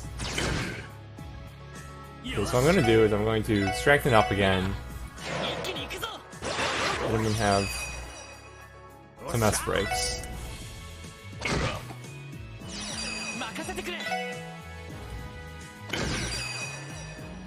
Oh, this isn't going to kill. That's not even close to killing. Damn. I just got destroyed by that first turn. Like, that was just nasty, that instant death. Ugh.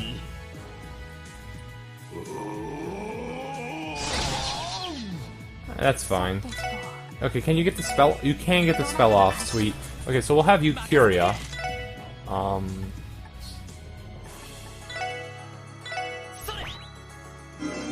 I don't quite have enough. I can burn a King Burger on this fight.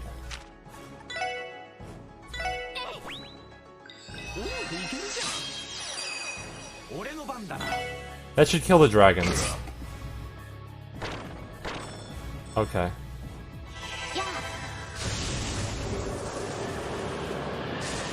Okay, take care. Have fun at work. Hopefully. That's fine. I can't actually cancel that, so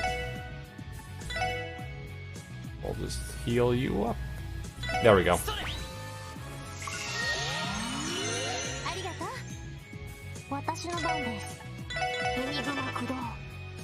And we'll have you give you that.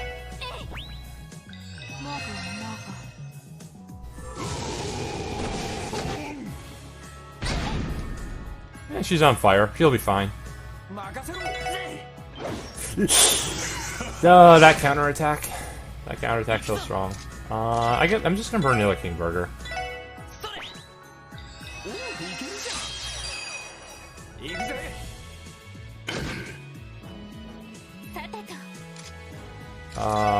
We can do a Holy Bullet now.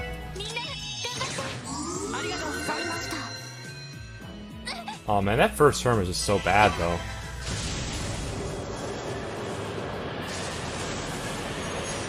Glad you enjoyed it.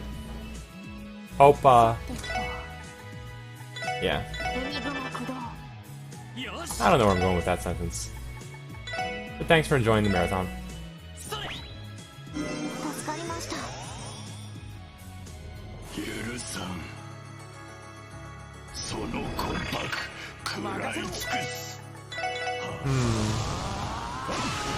That's a problem.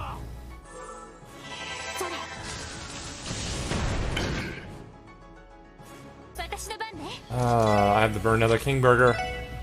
That's annoying. But I can't let him get the, Okay, that should kill him at least. Okay. We beat him. Despite the, some things going pretty badly, we got through it. You know, I'll take it. So, yeah, we got through another boss. The first of 3, like, actual bosses in this game, after the prologue. Prologue's got some semi-tough bosses, and then the end game's got some bosses. And then we were overpowered in between. Just a little. Just a little.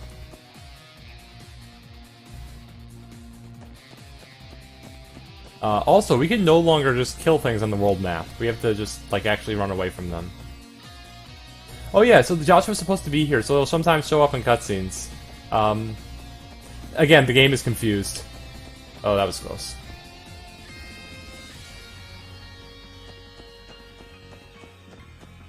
Game is just very not okay with what we're doing to it.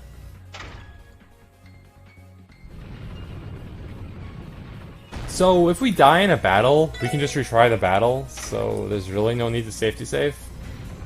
We'll safety save before the next boss fight, but even though we really don't need to. Next boss fight's pretty safe.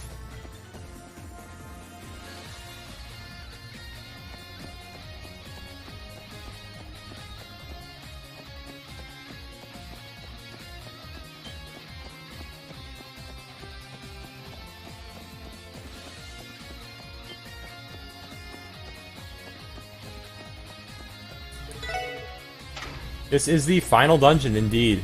It's a pretty long dungeon, which is why it's like an hour of a 4-hour run. But it's absurdly long. So is the final dungeon an hour. Like, and I mean, if you count the arc as one giant final dungeon, like that's a pretty long final dungeon in the second chapter as well. First chapter has a decently long one too, but not nearly as bad as like the rest of the games. The third's not bad about it.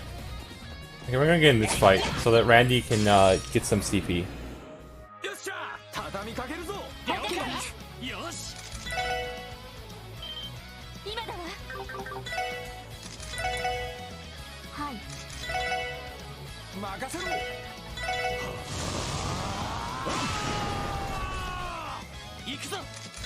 Owl also just doesn't have nearly as good of a final dungeon music as Zero does. I'm just gonna be honest. I'm sorry. It just doesn't.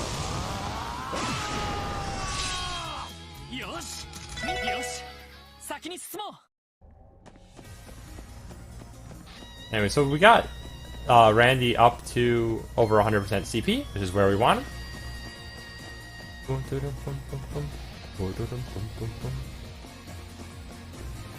Actually, yeah, Sky FC just has a really long final boss, even in the speedrun. There's just no getting around that.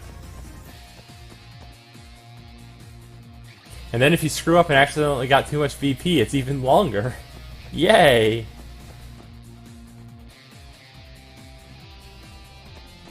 Oh yeah, the final boss music of... I mean, the final boss music of every game in this series is incredible.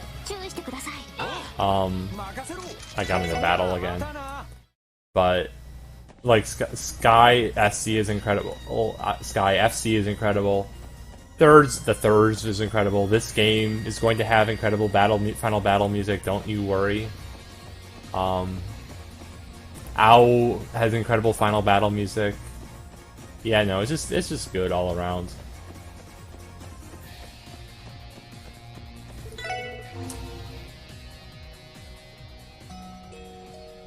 I do think CS1 and 2 are a little bit weaker than the other games in terms of soundtracks, but they're still super solid. And then CS3 is... Oh god, I love some of that music in CS3. I need to play the game already so I can hear it in context. I really do. I'm good. I did all the nice stuff correctly. Yeah. Anyways, so this is a boss. So this guy is pretty funny because he's weak to being slowed, and you can use power. You can use. Yeah, he's just weak to being slowed, and we can. Okay, that was subpar. That was definitely subpar. We'll just roll with it. We'll roll with it. Oh god, he's getting a crit. He's getting a crit. How haven't I? I've been busy doing other things. Seriously? Well, now entire party is confused.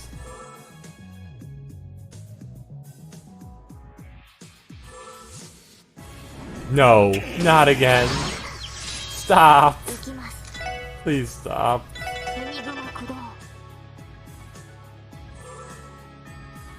Oh god, Randy's so far away.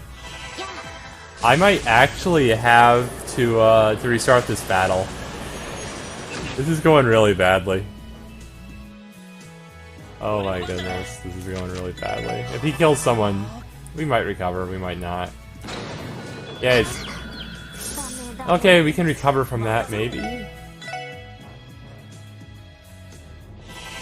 But you have to re-slow him still.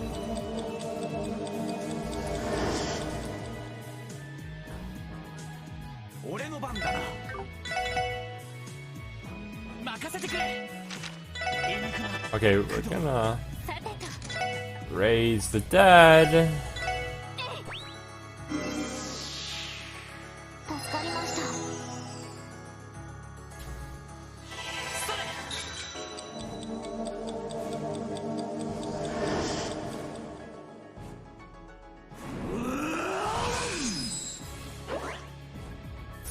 He canceled my slows on him.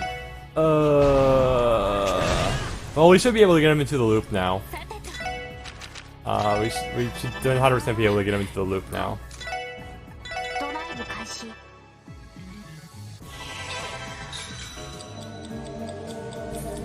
I mean, yeah, we could, if we had more equipment, we could, this fight would be easier, that is a true statement, but we don't. And we have finally locked him. We have locked him in place, finally. So, like, I've never had a fight against him go this bad, I think. This is probably the worst, by a pretty comfortable margin. Because, at this point, we just infinitely stun-lock him. And he just never gets another turn.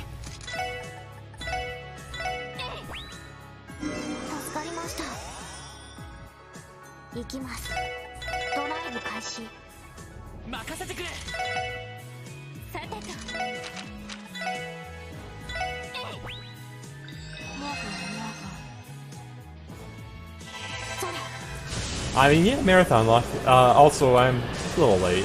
Not gonna lie. Probably lose. I'm not as focusing as much as I would like to. That is just a true statement. But, you know, long run, you're gonna have some dumb mistakes.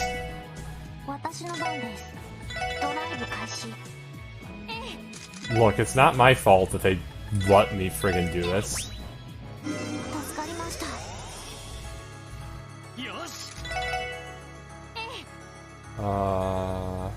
Let's have you heal yourself. You're really low. I don't like you being that low.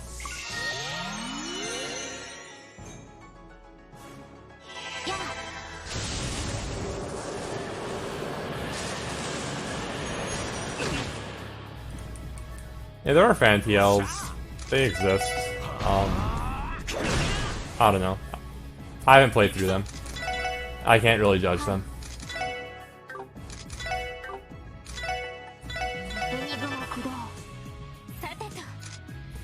We need to do an Almora on you.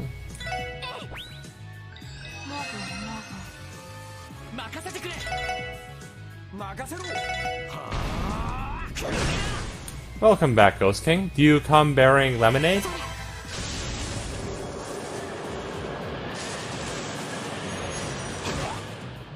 Hey, that's a kill.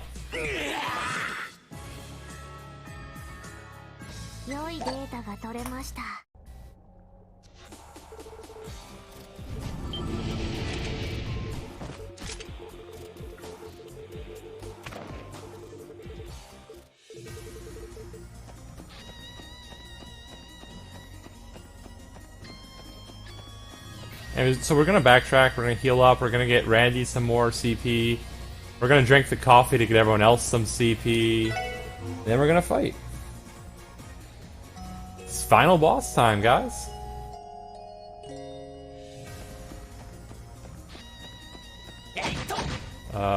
That was weird. There we go. You actually crafted some lemonade. Oh god, I am actually jealous.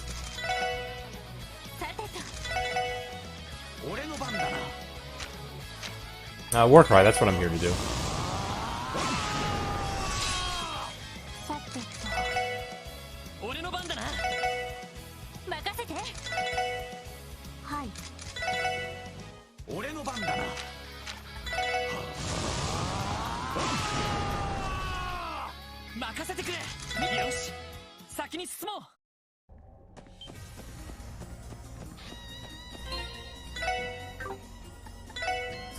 So we need... where's my coffee? There's my coffee. 1, 2 on you.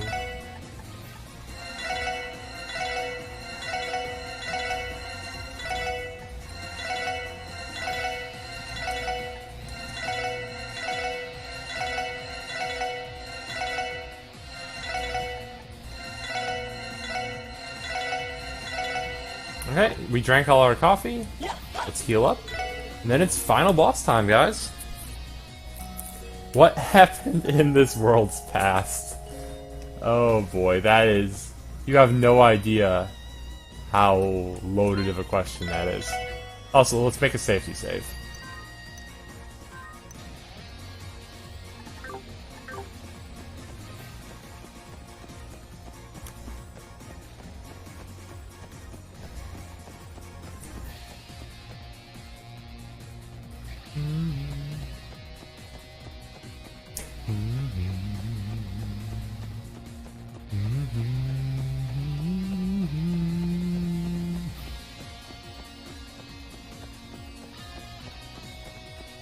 This is a really long corridor.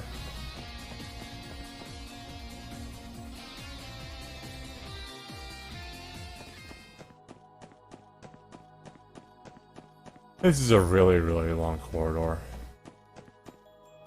But hey, we have triggers, so we get to fight the final boss now.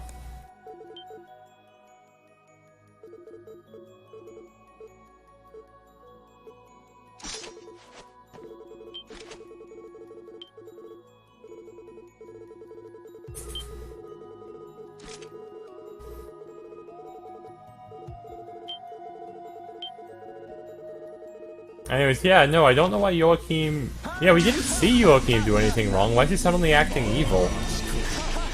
I guess I'm just gonna take the game's word that he's... Also, when did Joshua get here? That was weird. Why would you do anything for Kia? I don't understand. Who's Kia? Anyways, Lloyd Bates forwards.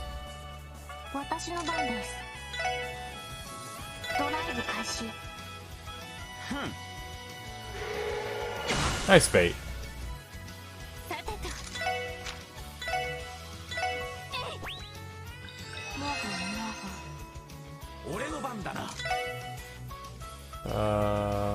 What am I doing?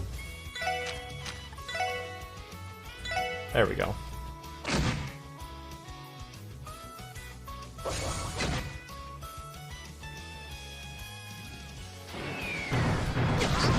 Rude. Rude, dropping a meteor on our heads. Not gonna lie.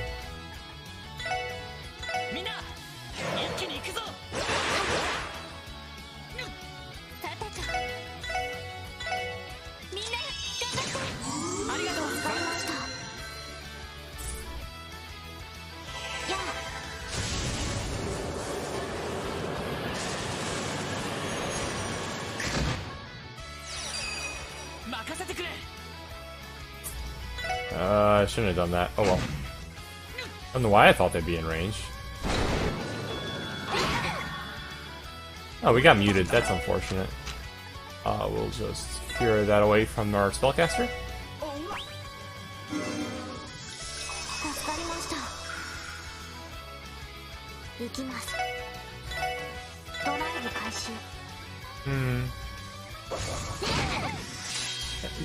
Lloyd's really low on HP. Lloyd's really low on HP. He's gonna die this turn. Should fix that.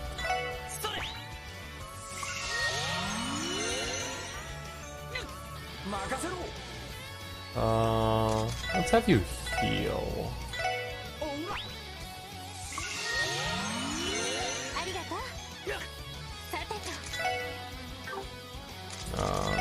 Do a holy bullet.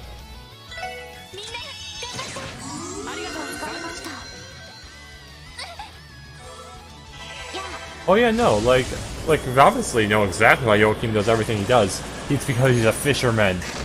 This is why you don't trust fishermen.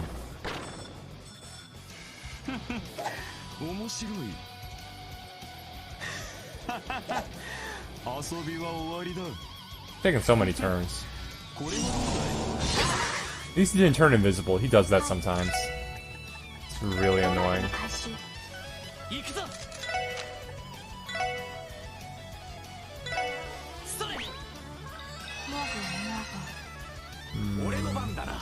Really can't afford to have you Warcry right now. You'll probably die to the burn. I would like to though. It would have been close. Not worth the risk. Let's get you EP charged up though.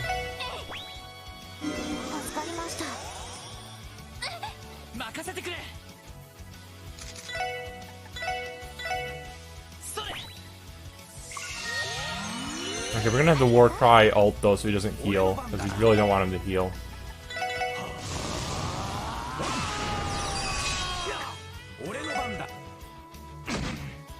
Actually, that'll finish him off. Okay. Phase 1 complete.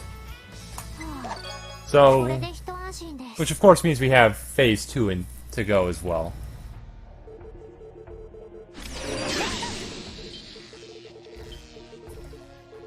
Estella's amazing.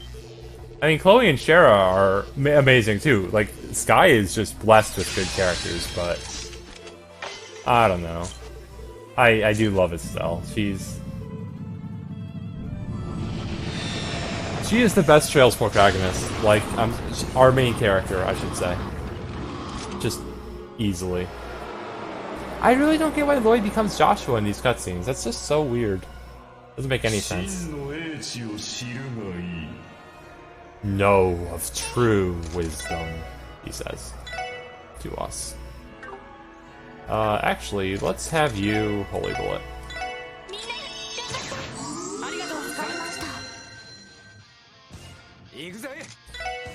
Warcry. And rock out.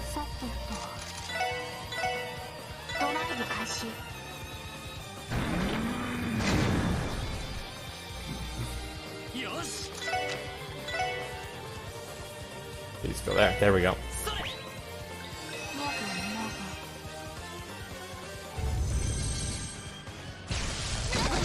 Yeah, kids, this is why you don't take the red pill. This is actually the result of drugs, yes. Japan doesn't like drugs. Is a very true statement.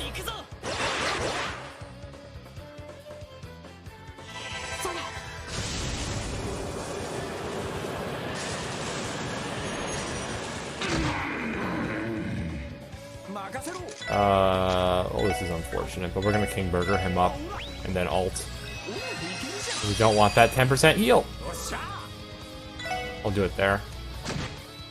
Get rid of that little ad. Boom. Also, if you're standing on that platform, you die. Just FYI.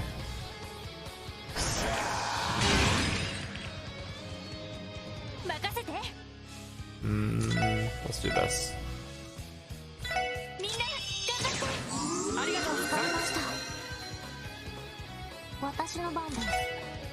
Oh, I'm out of MP. Actually, I'm just going to have her charge herself up. That's unfortunate, but oh well.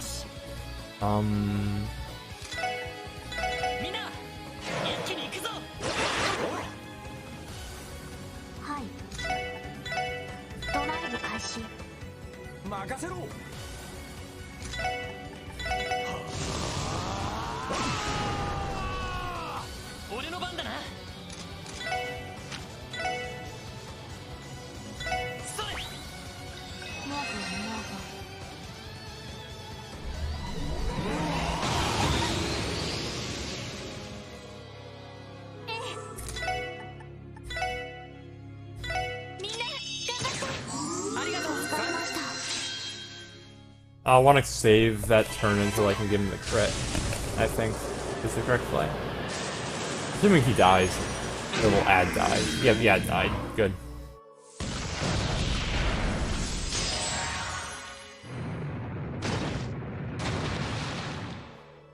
Good turn to move him forwards. Yeah, let's just get everyone forwards, because we do not want to be on that platform when it falls. I'm gonna have you take a spell, though. Risky, but fun.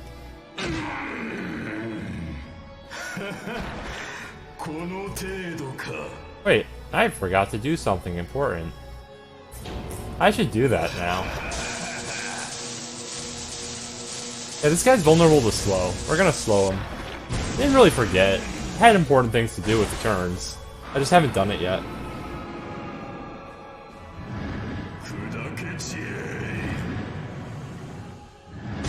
Walt is not rewarded. Play Ow again.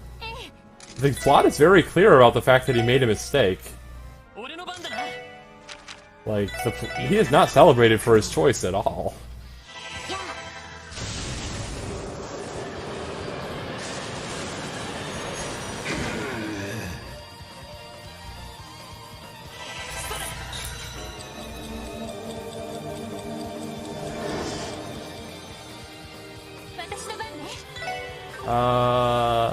I want to do this. I just want you to skip your turn.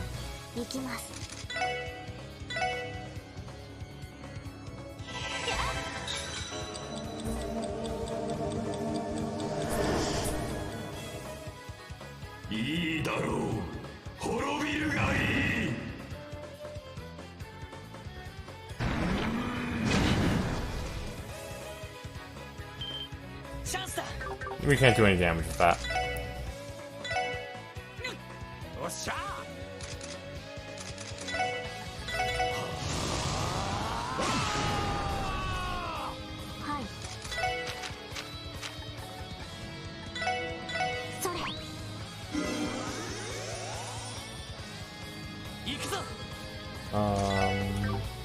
What do I do?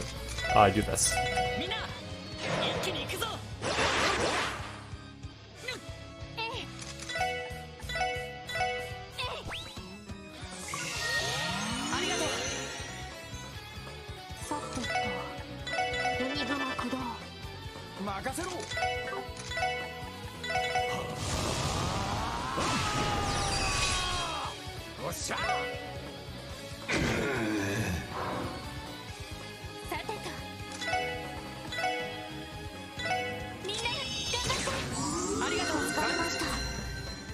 Oh, I'm fine. I'll just do this now. Refresh the Almora herb, which gives her the ATS plus, and then we'll just also up some strength plus 3s.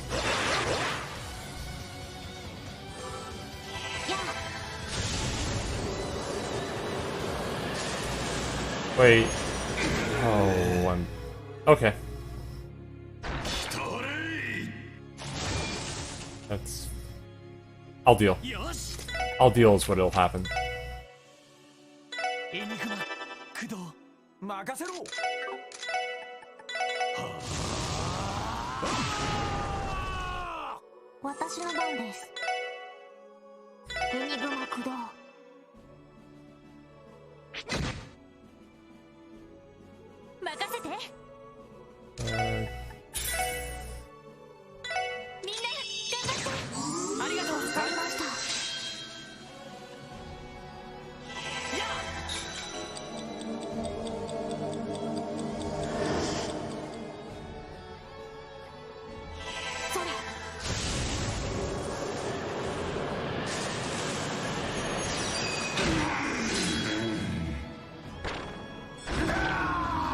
Oh, okay.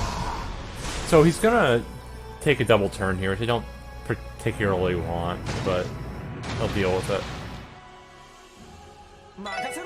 I'm a little... Because he's only got 1 speed down, which I'd really rather you have 2 speed downs here. Oh, he didn't take a double turn. Cool. Okay, so we'll re-up that. Shouldn't have... oh well. Okay, so... Yeah, so all this is being played by ear. It's a really fun final battle, because that's how you gotta do it, is just play it by ear. But... don't want that. What do I want to do? Holy bullet. We want to keep the slow on him, we want to keep the buffs up, we want to... It highlights... The platforms do highlight when they're about to disappear. That's all the warning you get. You just petrified Randy! I forgot you could do that. Unfortunately, unpetrifying Randy is like bottom tier thing to do right now. We'll spend this turn doing it, yeah.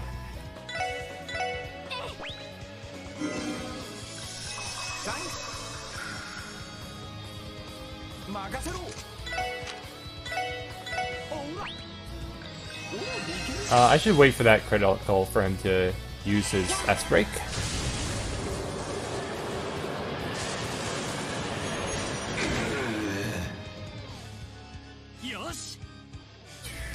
Need to re-up the chrono down.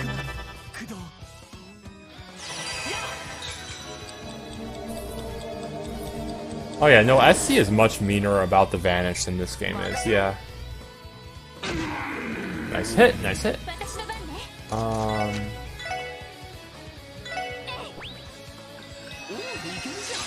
You do lose all of your EP, this is a true statement. It's very rude about that. I'm gonna re-up your Ultimate Mists. Just because I have the turns to do it right now.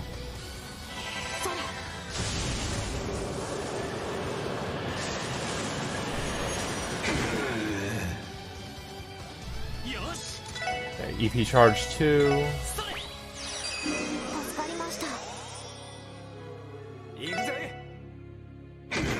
Oh, we can finish him off this turn. Let's do it. And that should be it. Final boss complete. Well, sort of.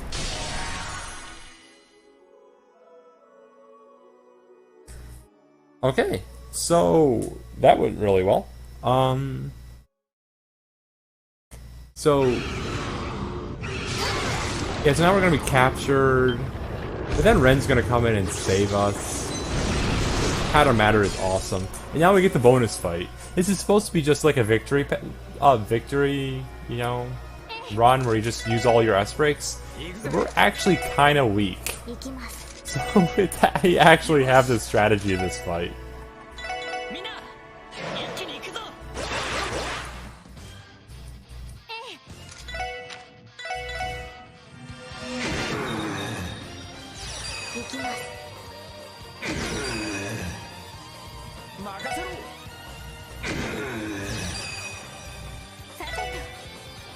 Okay, and he's dead.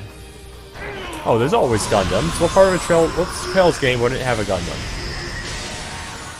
And so, as I discussed earlier, if we had... Yeah, victory lap. If we had not entered the airport earlier, during this cutscene, there's a scene in the airport, just like a quick 3-second scene in the airport. And if we had not visited the airport before, we would wrong warp out of this post-final boss sequence into the airport, and we would not beat the game. But we did. So, we are now just rushing towards the final split.